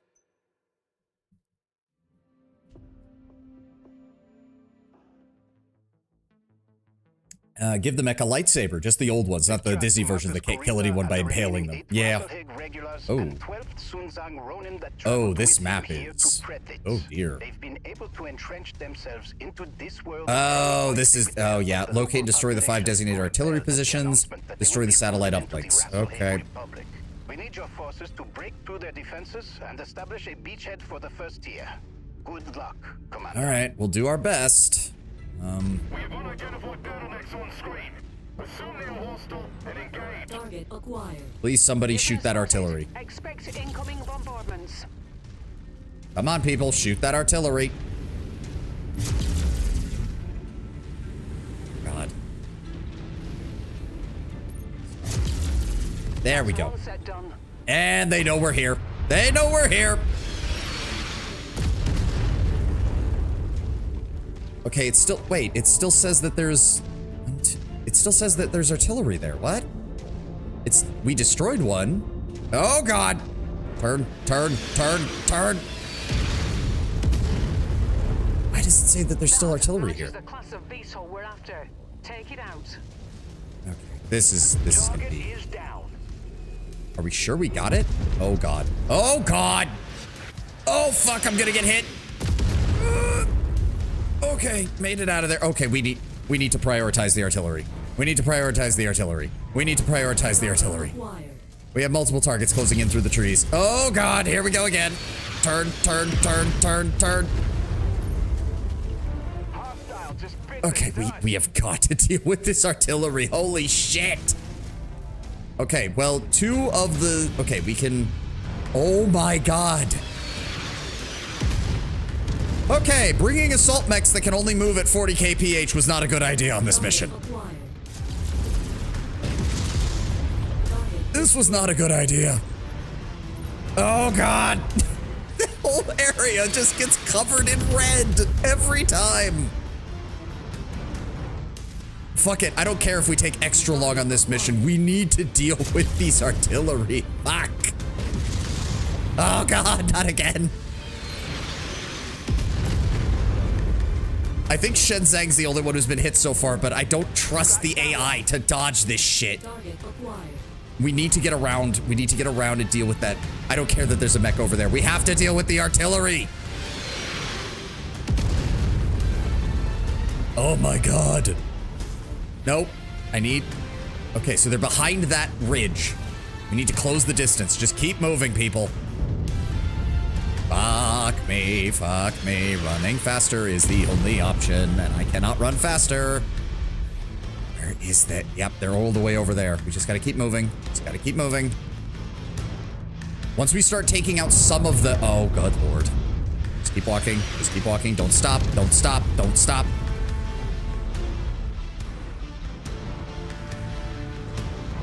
In blood or targeting marker? I don't even know what you're talking about, Tenwin. I don't. We're trying. Oh, good Lord.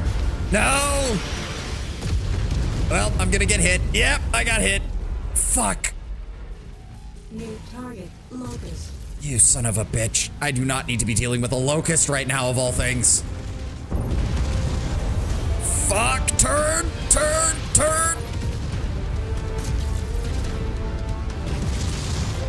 Oh, they've got mechs here. That's not good. New target, Spider. Let's see. Oh my God.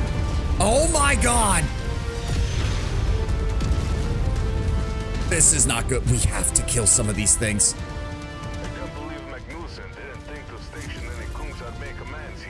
Come on. Oh my God.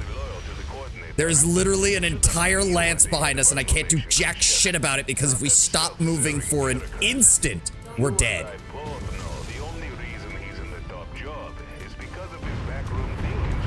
Fuck.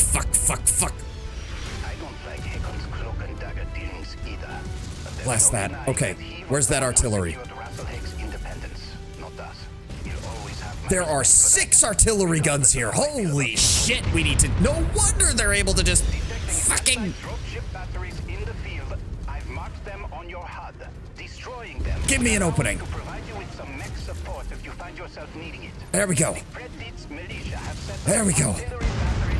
Okay, it's kind of bullshit that they can fire on me from this close, but okay. Whatever. Just take it down. Take it all down. Oh, good lord. We need you to neutralize all enemy defenders and secure I'm this working area. on it. See that it gets done, Commander. Okay. Okay. Now we should be able to deal with some of these fuckers without having so much artillery dropped on our head that we're dead meat. Get fucked. Okay. Okay. There's the other artillery piece. Down he goes. Where's the rest of them? I know they're not done yet. There's a sensor output to the north, which we need to double back and get. There's another artillery piece to our west.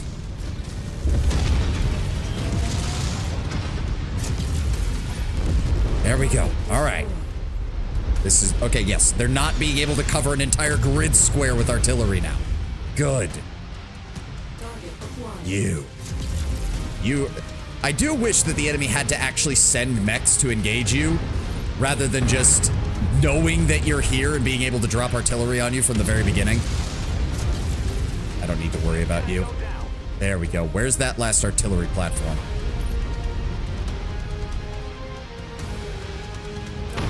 Fuck! There we go. You. Stop.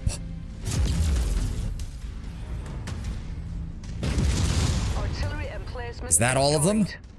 Yes. Objective complete, Commander. Okay, satellite uplinks are next. We need to go all the way back up here and deal with this one because there was no way we were dealing with it while they were dropping grid squares at a time. I took a lot of damage to the rear from those artillery shells. Good lord. I think I can hit that from here. We've made a wee impression on these folk.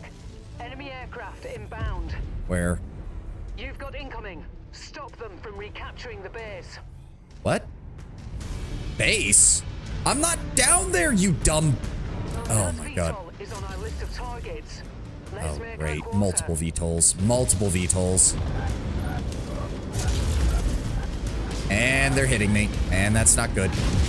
That's not good. Would anyone else like to engage the fucking VTOLs, please? Thank you.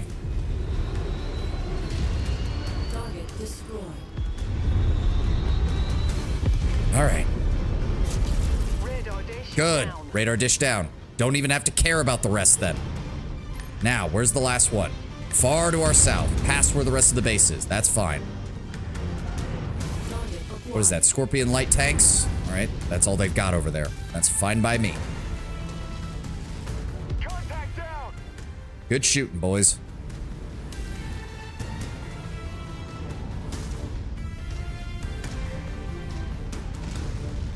We need to skip around the edge of the base, hit that final choke point, or hit that final uplink point, so that we can get our allies in and hopefully not have more artillery rain on our heads.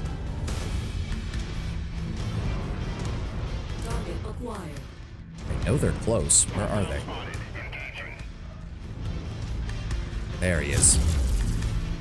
Oh, great. There's the rest of the targeting spots. Okay, good to know.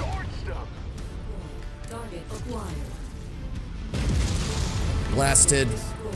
Oh yes, please, close the distance on me and find out what happens when an AC-20 goes off. Oh, that's a PPCX. That's not good. That's not good. You need to die. Good work. What is behind us? Why am I seeing multiple targets behind us? Oh, fuck.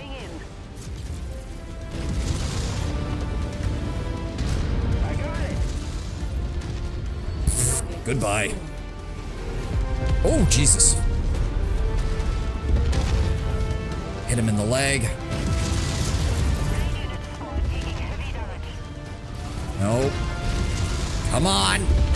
Go down. There we go. I know the heat is critical. I don't have much of a choice. They're hitting my artillery. Goodbye. Well, our allies are getting completely swarmed over there, and I don't know if they're even going to survive. Holy shit, that's a lot of tanks. Really wish my artillery support would, you know, fire at the enemy. We have a lot of missiles. Somebody? Nope, that was the wrong button.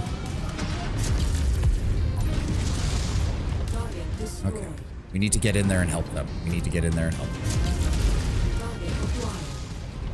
I am running out of ammo for the SRMs. That's not good. Vaporize him. Start dealing with these turrets.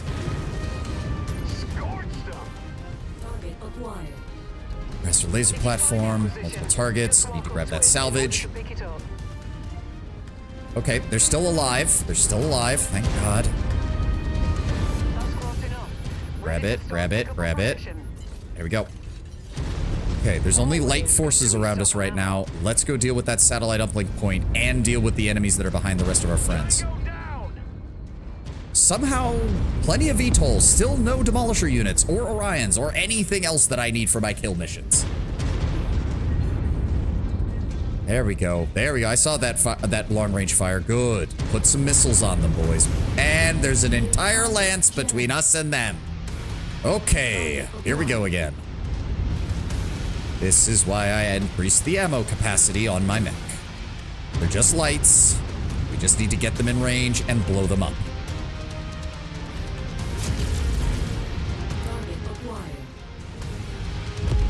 I'm the Papa. Goodbye.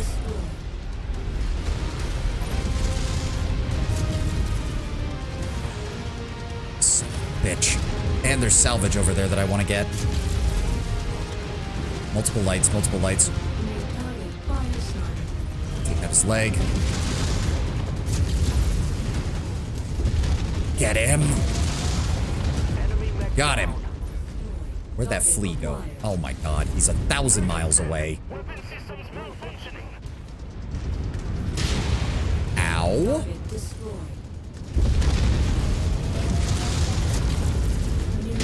Ow. Please die. Fucker.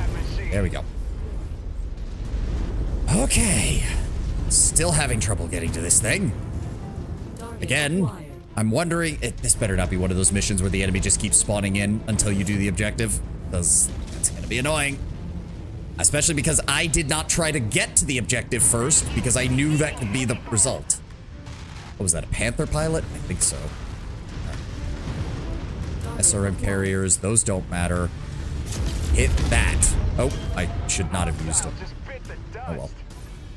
Come on, recharge. There we go. Last radar station is down. Anti-dropship batteries destroyed. Miraborg, you're cleared for landing. Thank God. Roger that. I believe this is Beachhead. Yeah, I know. We'll be planetside shortly. Grab this. And then we just need to capture the base. And they will send whatever they have left at us.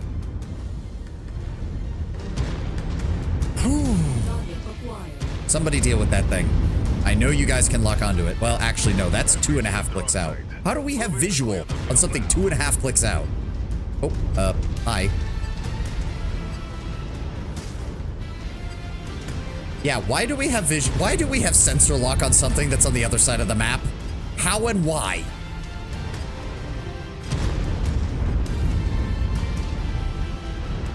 Alright.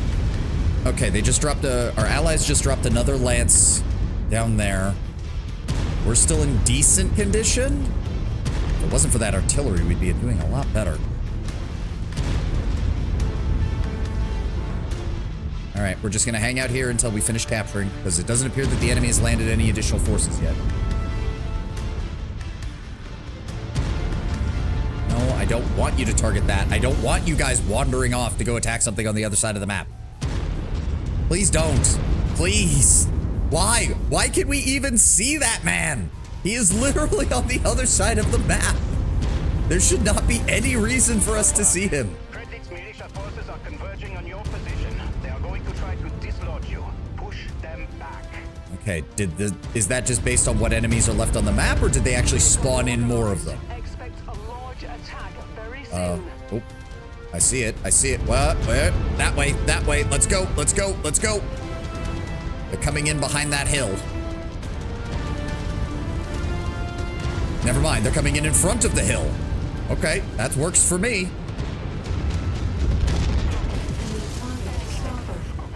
Come on. Get vaporized. Get vaporized. Get vaporized. And I'm... Nope. Come on. Come on.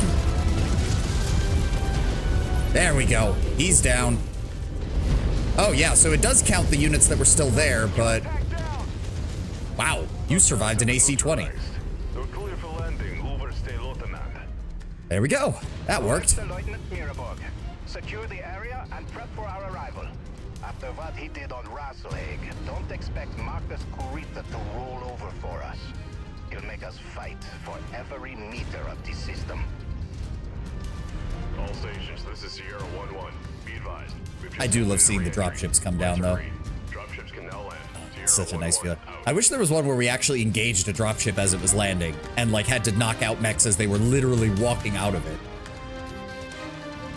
Though to be fair, those spherical dropships are not nearly as good for combat drops as the ones that we use and that our enemies use when they try to drop troops right on top of us, because those ones can carry more mechs, but they have to walk out basically 2 by 2 out the front door, which is never a good thing when your enemy is already set up. People of Predless want nothing to do with you or the sham of a republic. We are loyal sons and daughters of the dragon. Oh, well, get over it. Well, nothing heavy was salvageable, unfortunately. I will take those max rank AC2s, though. Ooh, and max rank lasers. Max rank SRM2s are not as good. I do have 21 salvage claims still, though, so... give me the Panther and the Locust, and we'll strip them for parts. And then, where was that max rank SRM2? I'll take one of those. Nice. Yeah, I took a lot of armor damage, but otherwise, pretty good. Freeman's actually doing decently in that Corsair. I think I might keep him in that for a while. Alright, you know the drill. Strip it of parts. Strip it of parts. And then sell it off. Thank you. Anything purchasable in this system that we want? Medium rifles, no. Ooh! Oh. That is a tier 5 large laser. Yes, please. Give me. That's the short burst medium lasers. I'll take a couple of those. Max rank small lasers. I'll take a couple of those too. Why not? Let's get 6 total. LRM 20. The 20s are usually too heavy for a lot of the builds that I do. I'm sticking mainly to 10s and 15s. Jump jets. Alright. Nothing else there. Nothing on the mech. Ooh. There's another Atlas on the mech market. A Charger. No. A Cyclops. Okay. Cyclops isn't too bad. A Highlander. Problem is, I don't like jump jets, so Highlanders are not my thing for the most part. Quick draw. A Stalker. Ooh, a fresh Stalker, too. The Stalker is the king of just shoot at the enemy until they die, basically. It's not meant for melee. It's not meant to get close to anything, but it will just keep shooting until everything is dead. I think we're good for right now, though. I think we're good.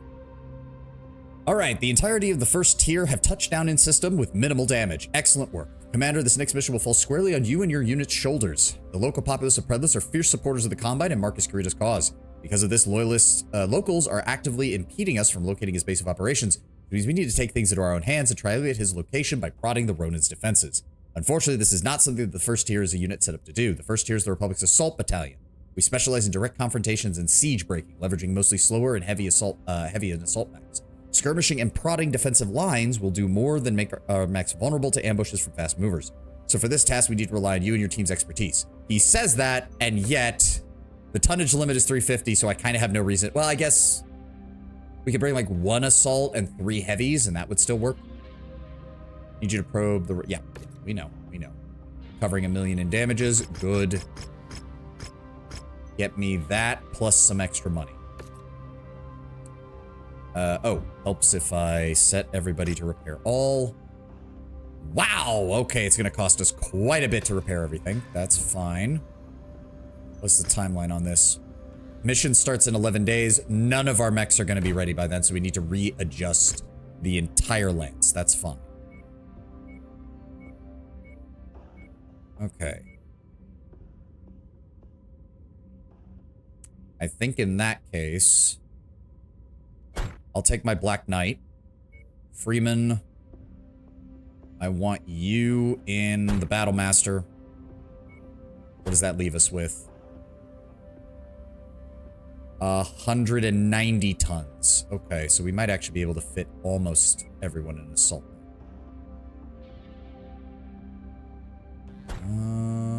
Gable. I'll tab you with the Zeus. That leaves me with... Oh, 110 tons, actually. Go with the...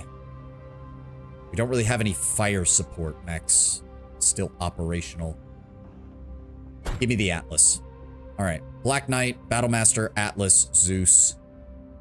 If I wanted to go with something heavier, I'd have to take either the Victor or the other Battlemaster. No, I'm actually fine with my Black Knight for long-range engagements. I'm fine with that.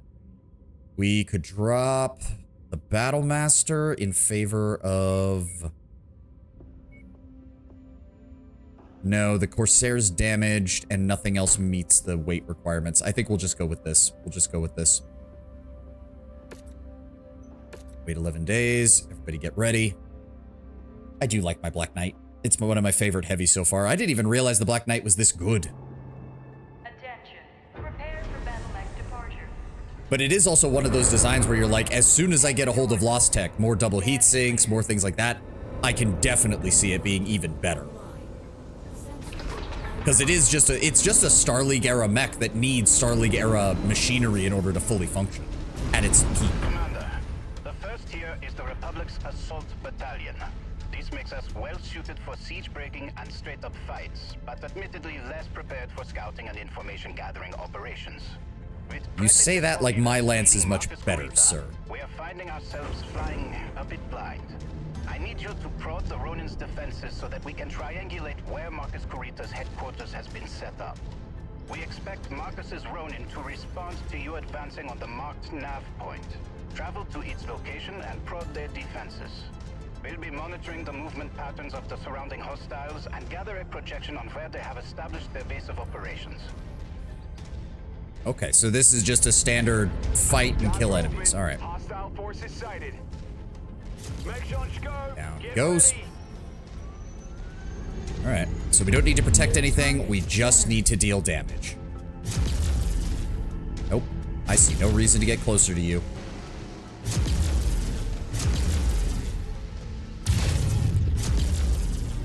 Goodbye. Target destroyed. I have the range advantage. Get fucked. Target Shadowhawk. Shadowhawk, AC5, LRM5, and a medium laser. Where's he at? I mean, I can brawl too, buddy. Here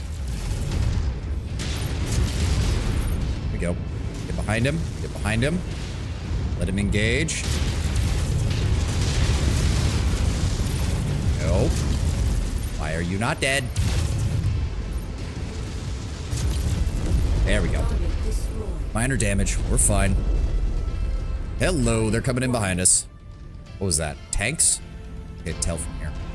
Stick close to the Zeus so we've got some cover from any... Get blasted. Target destroyed. Target acquired. Manticore heavy tank already damaged. What did it get damaged by? Did it blow itself? Did it nearly blow itself up with its own PPC? Additional bogies, Commander. There we go. Target destroyed. Where are they at? Oh, they're gonna drop. Right? Okay. Perfect. We'll take them as they come over that ridge. Might even be able to get some hits on them when they drop. Up. Alpha strike that bitch. Nice. All right. Assault. Heavy. Let's try to go for that Wolverine that I managed to damage. What is that? Oh, that's a charger. Never mind. Focus fire. Focus fire. Kill that thing before it gets too close. Poor fucking bastard. What did you do to get sent in on a charger on an open field? You poor son of a bitch. You're behind that hill, aren't you? Yeah, I can see you though. Come on. Come on. You're supposed to be a samurai of Kurita. Fight me. There we go.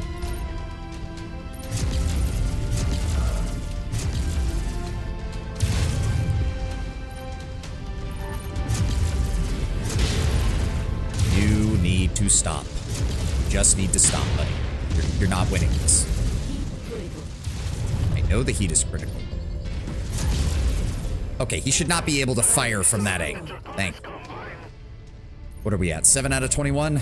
Third of the way there. I've taken a little bit of damage, but overall pretty good. Enemy forces continuing to converge on your location. Stay frosty, Commander.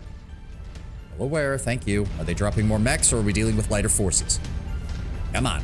That's mechs, and they're on the opposite side from us. Nope, they're gonna have to either cut through the middle, which will slow them down, or they'll have to come around this side, which we can engage them on an open field.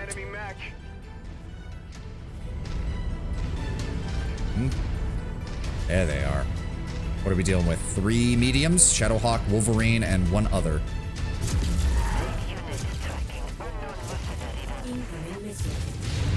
Engage, engage. Just focus fire. Keep focusing fire. Come on. There we go, 1 down. Ow, I am on fire. Someone's using Inferno missiles. Get behind him.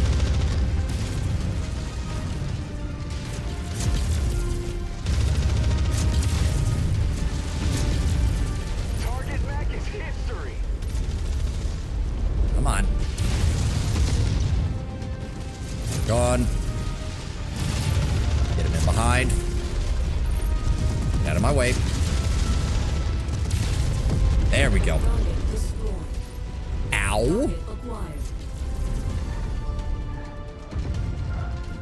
Get out of the way. There we go. Alright, that's half of them.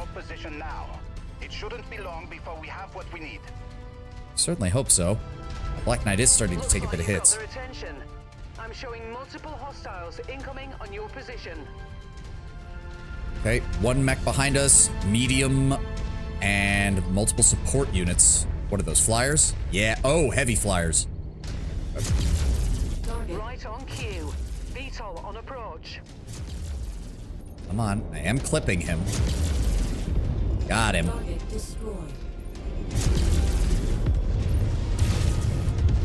Got him. And 3. There we go. Now, medium and a light mech. Let's see if we can deal with that Jenner first.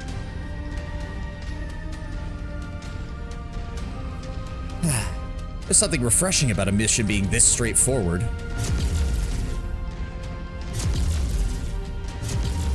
Wait, is he behind the... Where is he? How far back is he? I know he's in range. There we go.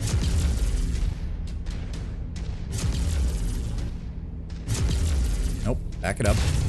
Let him come to us.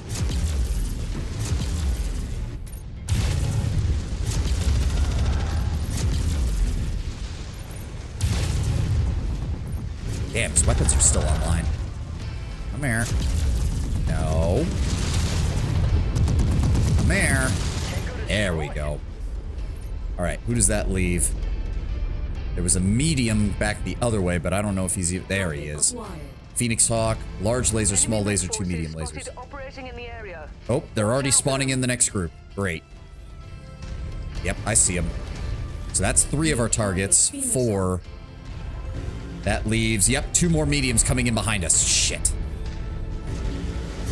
Time to start using the base as cover. You need to go away.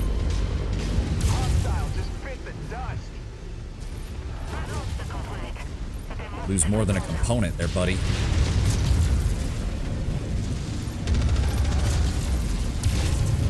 How are you not dead? How are you not dead? Good lord, sometimes it's like I just pour fire into their backs and they just don't die.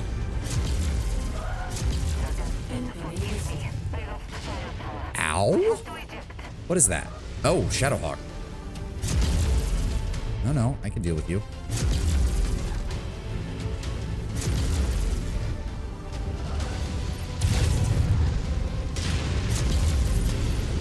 Behind him. Get behind him.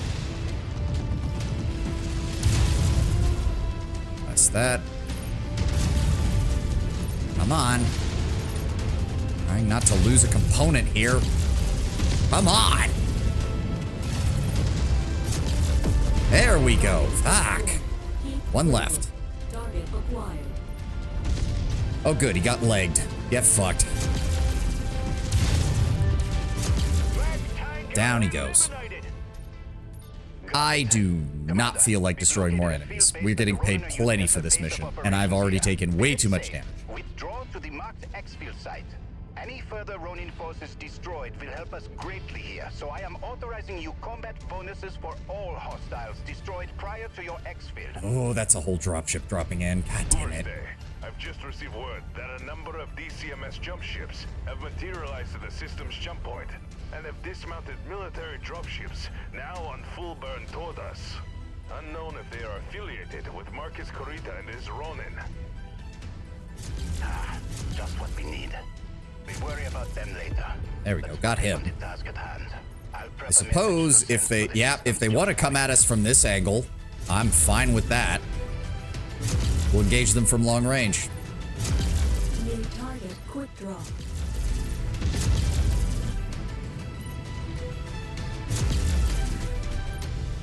Not close the distance. Let them try to come to us.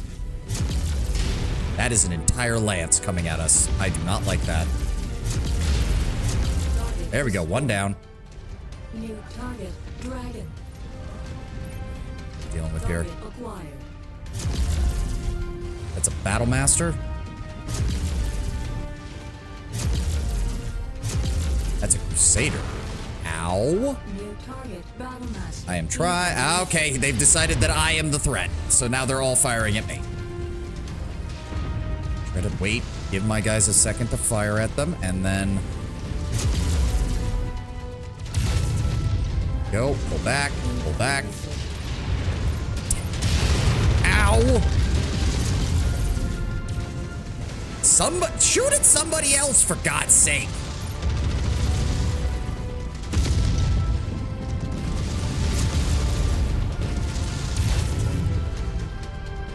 Come on, we just need to finish these guys off. Got it. Target destroyed. Target acquired. Who is still... Fuck.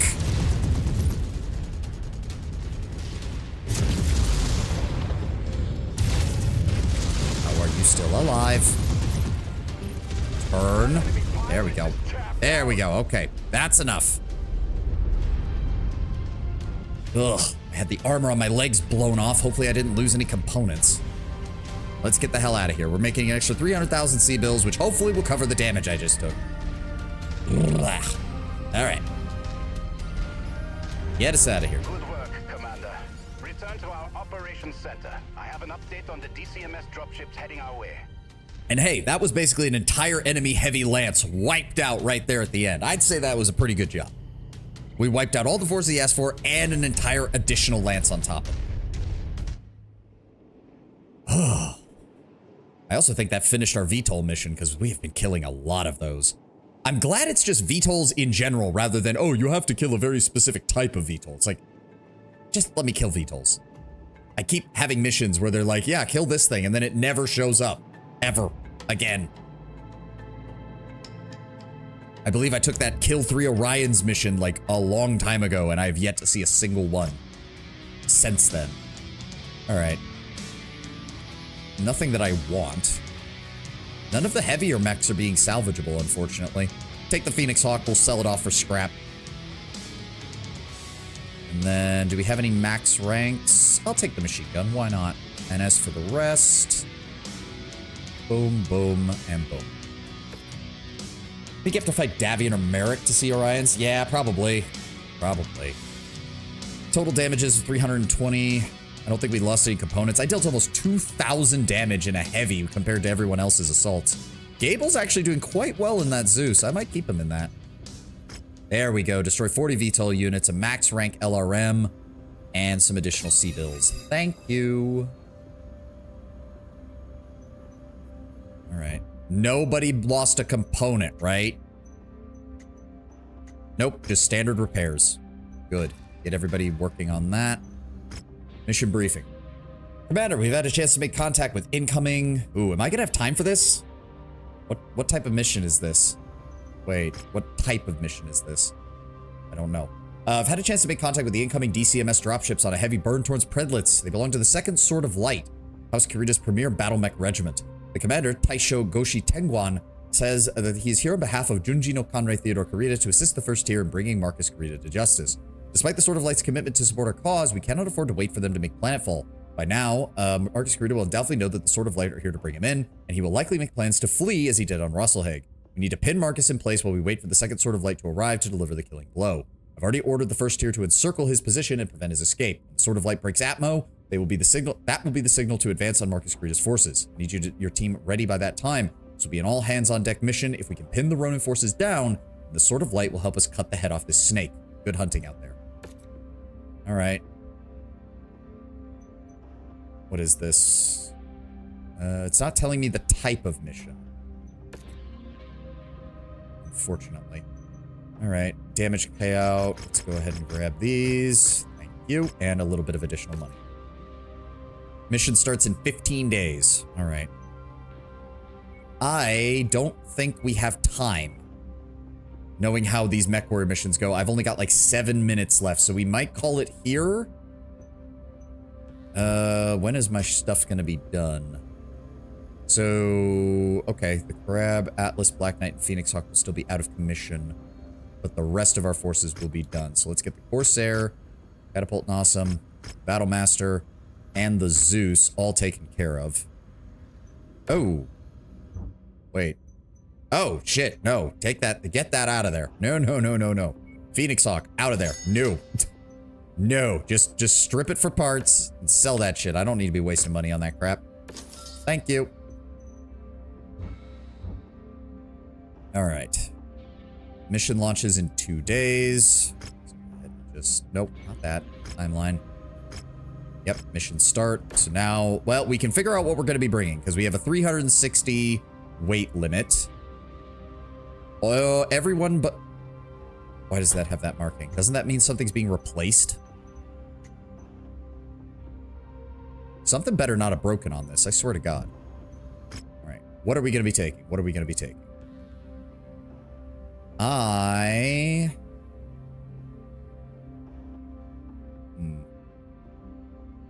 take the Battlemaster 1S. Freeman, I want you in the Corsair. Gable, you will go in the Zeus. That leaves us with 100 tons. And then... do I give him the Atlas with the fucking melee weapon? Because that can be up. I guess we can try that. We can try that. That will be our... This will be our loadout for the next mission. But, unfortunately, we do not have time to complete that mission. So, thank you all for being here. Thank you all for joining me. Thank you to everybody who is the first-time chatter here so much for being here. Thank you to... Oh, pardon me. Thank you to the raiders who showed up. I'm going to need to give them a shout-out on the Twitter post after this, just so everybody knows. And yeah, so everything... for all the newcomers, I stream Sundays through Wednesdays and Friday. So I'm off on Thursdays and Saturdays, and as I said, we're going to be alternating between Mech Warrior and Diablo 4 this week, and probably next week as well. So expect to see more of that. God, they scrapped my goddamn Black Knight's legs. Look at this shit. See, this is what I mean, Ten, when like, you can blow off a lot of shit, and the mech is still capable of supporting its weight. Like, it just is. But regardless, thank you all for being here. Thank you all for joining me. Let's go find someone to raid, and I will let you guys go. One moment. Who's on right now? Who's on right now? Who's on right now? Let's pay it forward as far as people being on here. What are we looking at here? We will... Oh. What is she doing? We'll go ahead and raid into Lilygoth, aka Kinky Mation. Looks like she's going to be doing another Warframe stream today, so I'm sure she'll be happy about that. Not an art review stream, so I guess she's actually going to be playing the game. Regardless, thank you all for being here. Thank you all for joining me. I will see you tomorrow for the release of the Diablo 4 expansion, where we will be doing a full playthrough of the main story campaign from the vanilla game and the expansions and the new expansion. So it'll take a couple of days, but it shouldn't take too long. After that, it's going to be Mech Warrior for a little while. And then, as I said, we're going to be doing a Metro trilogy series or playthrough just to get everything reacquainted with that, because 2039 is supposed to be coming out very late this year. So I hope you all have a glorious rest of your day, and thank you all for being here. I will see you all tomorrow for Diablo 4. Have a good one, guys, and bye-bye.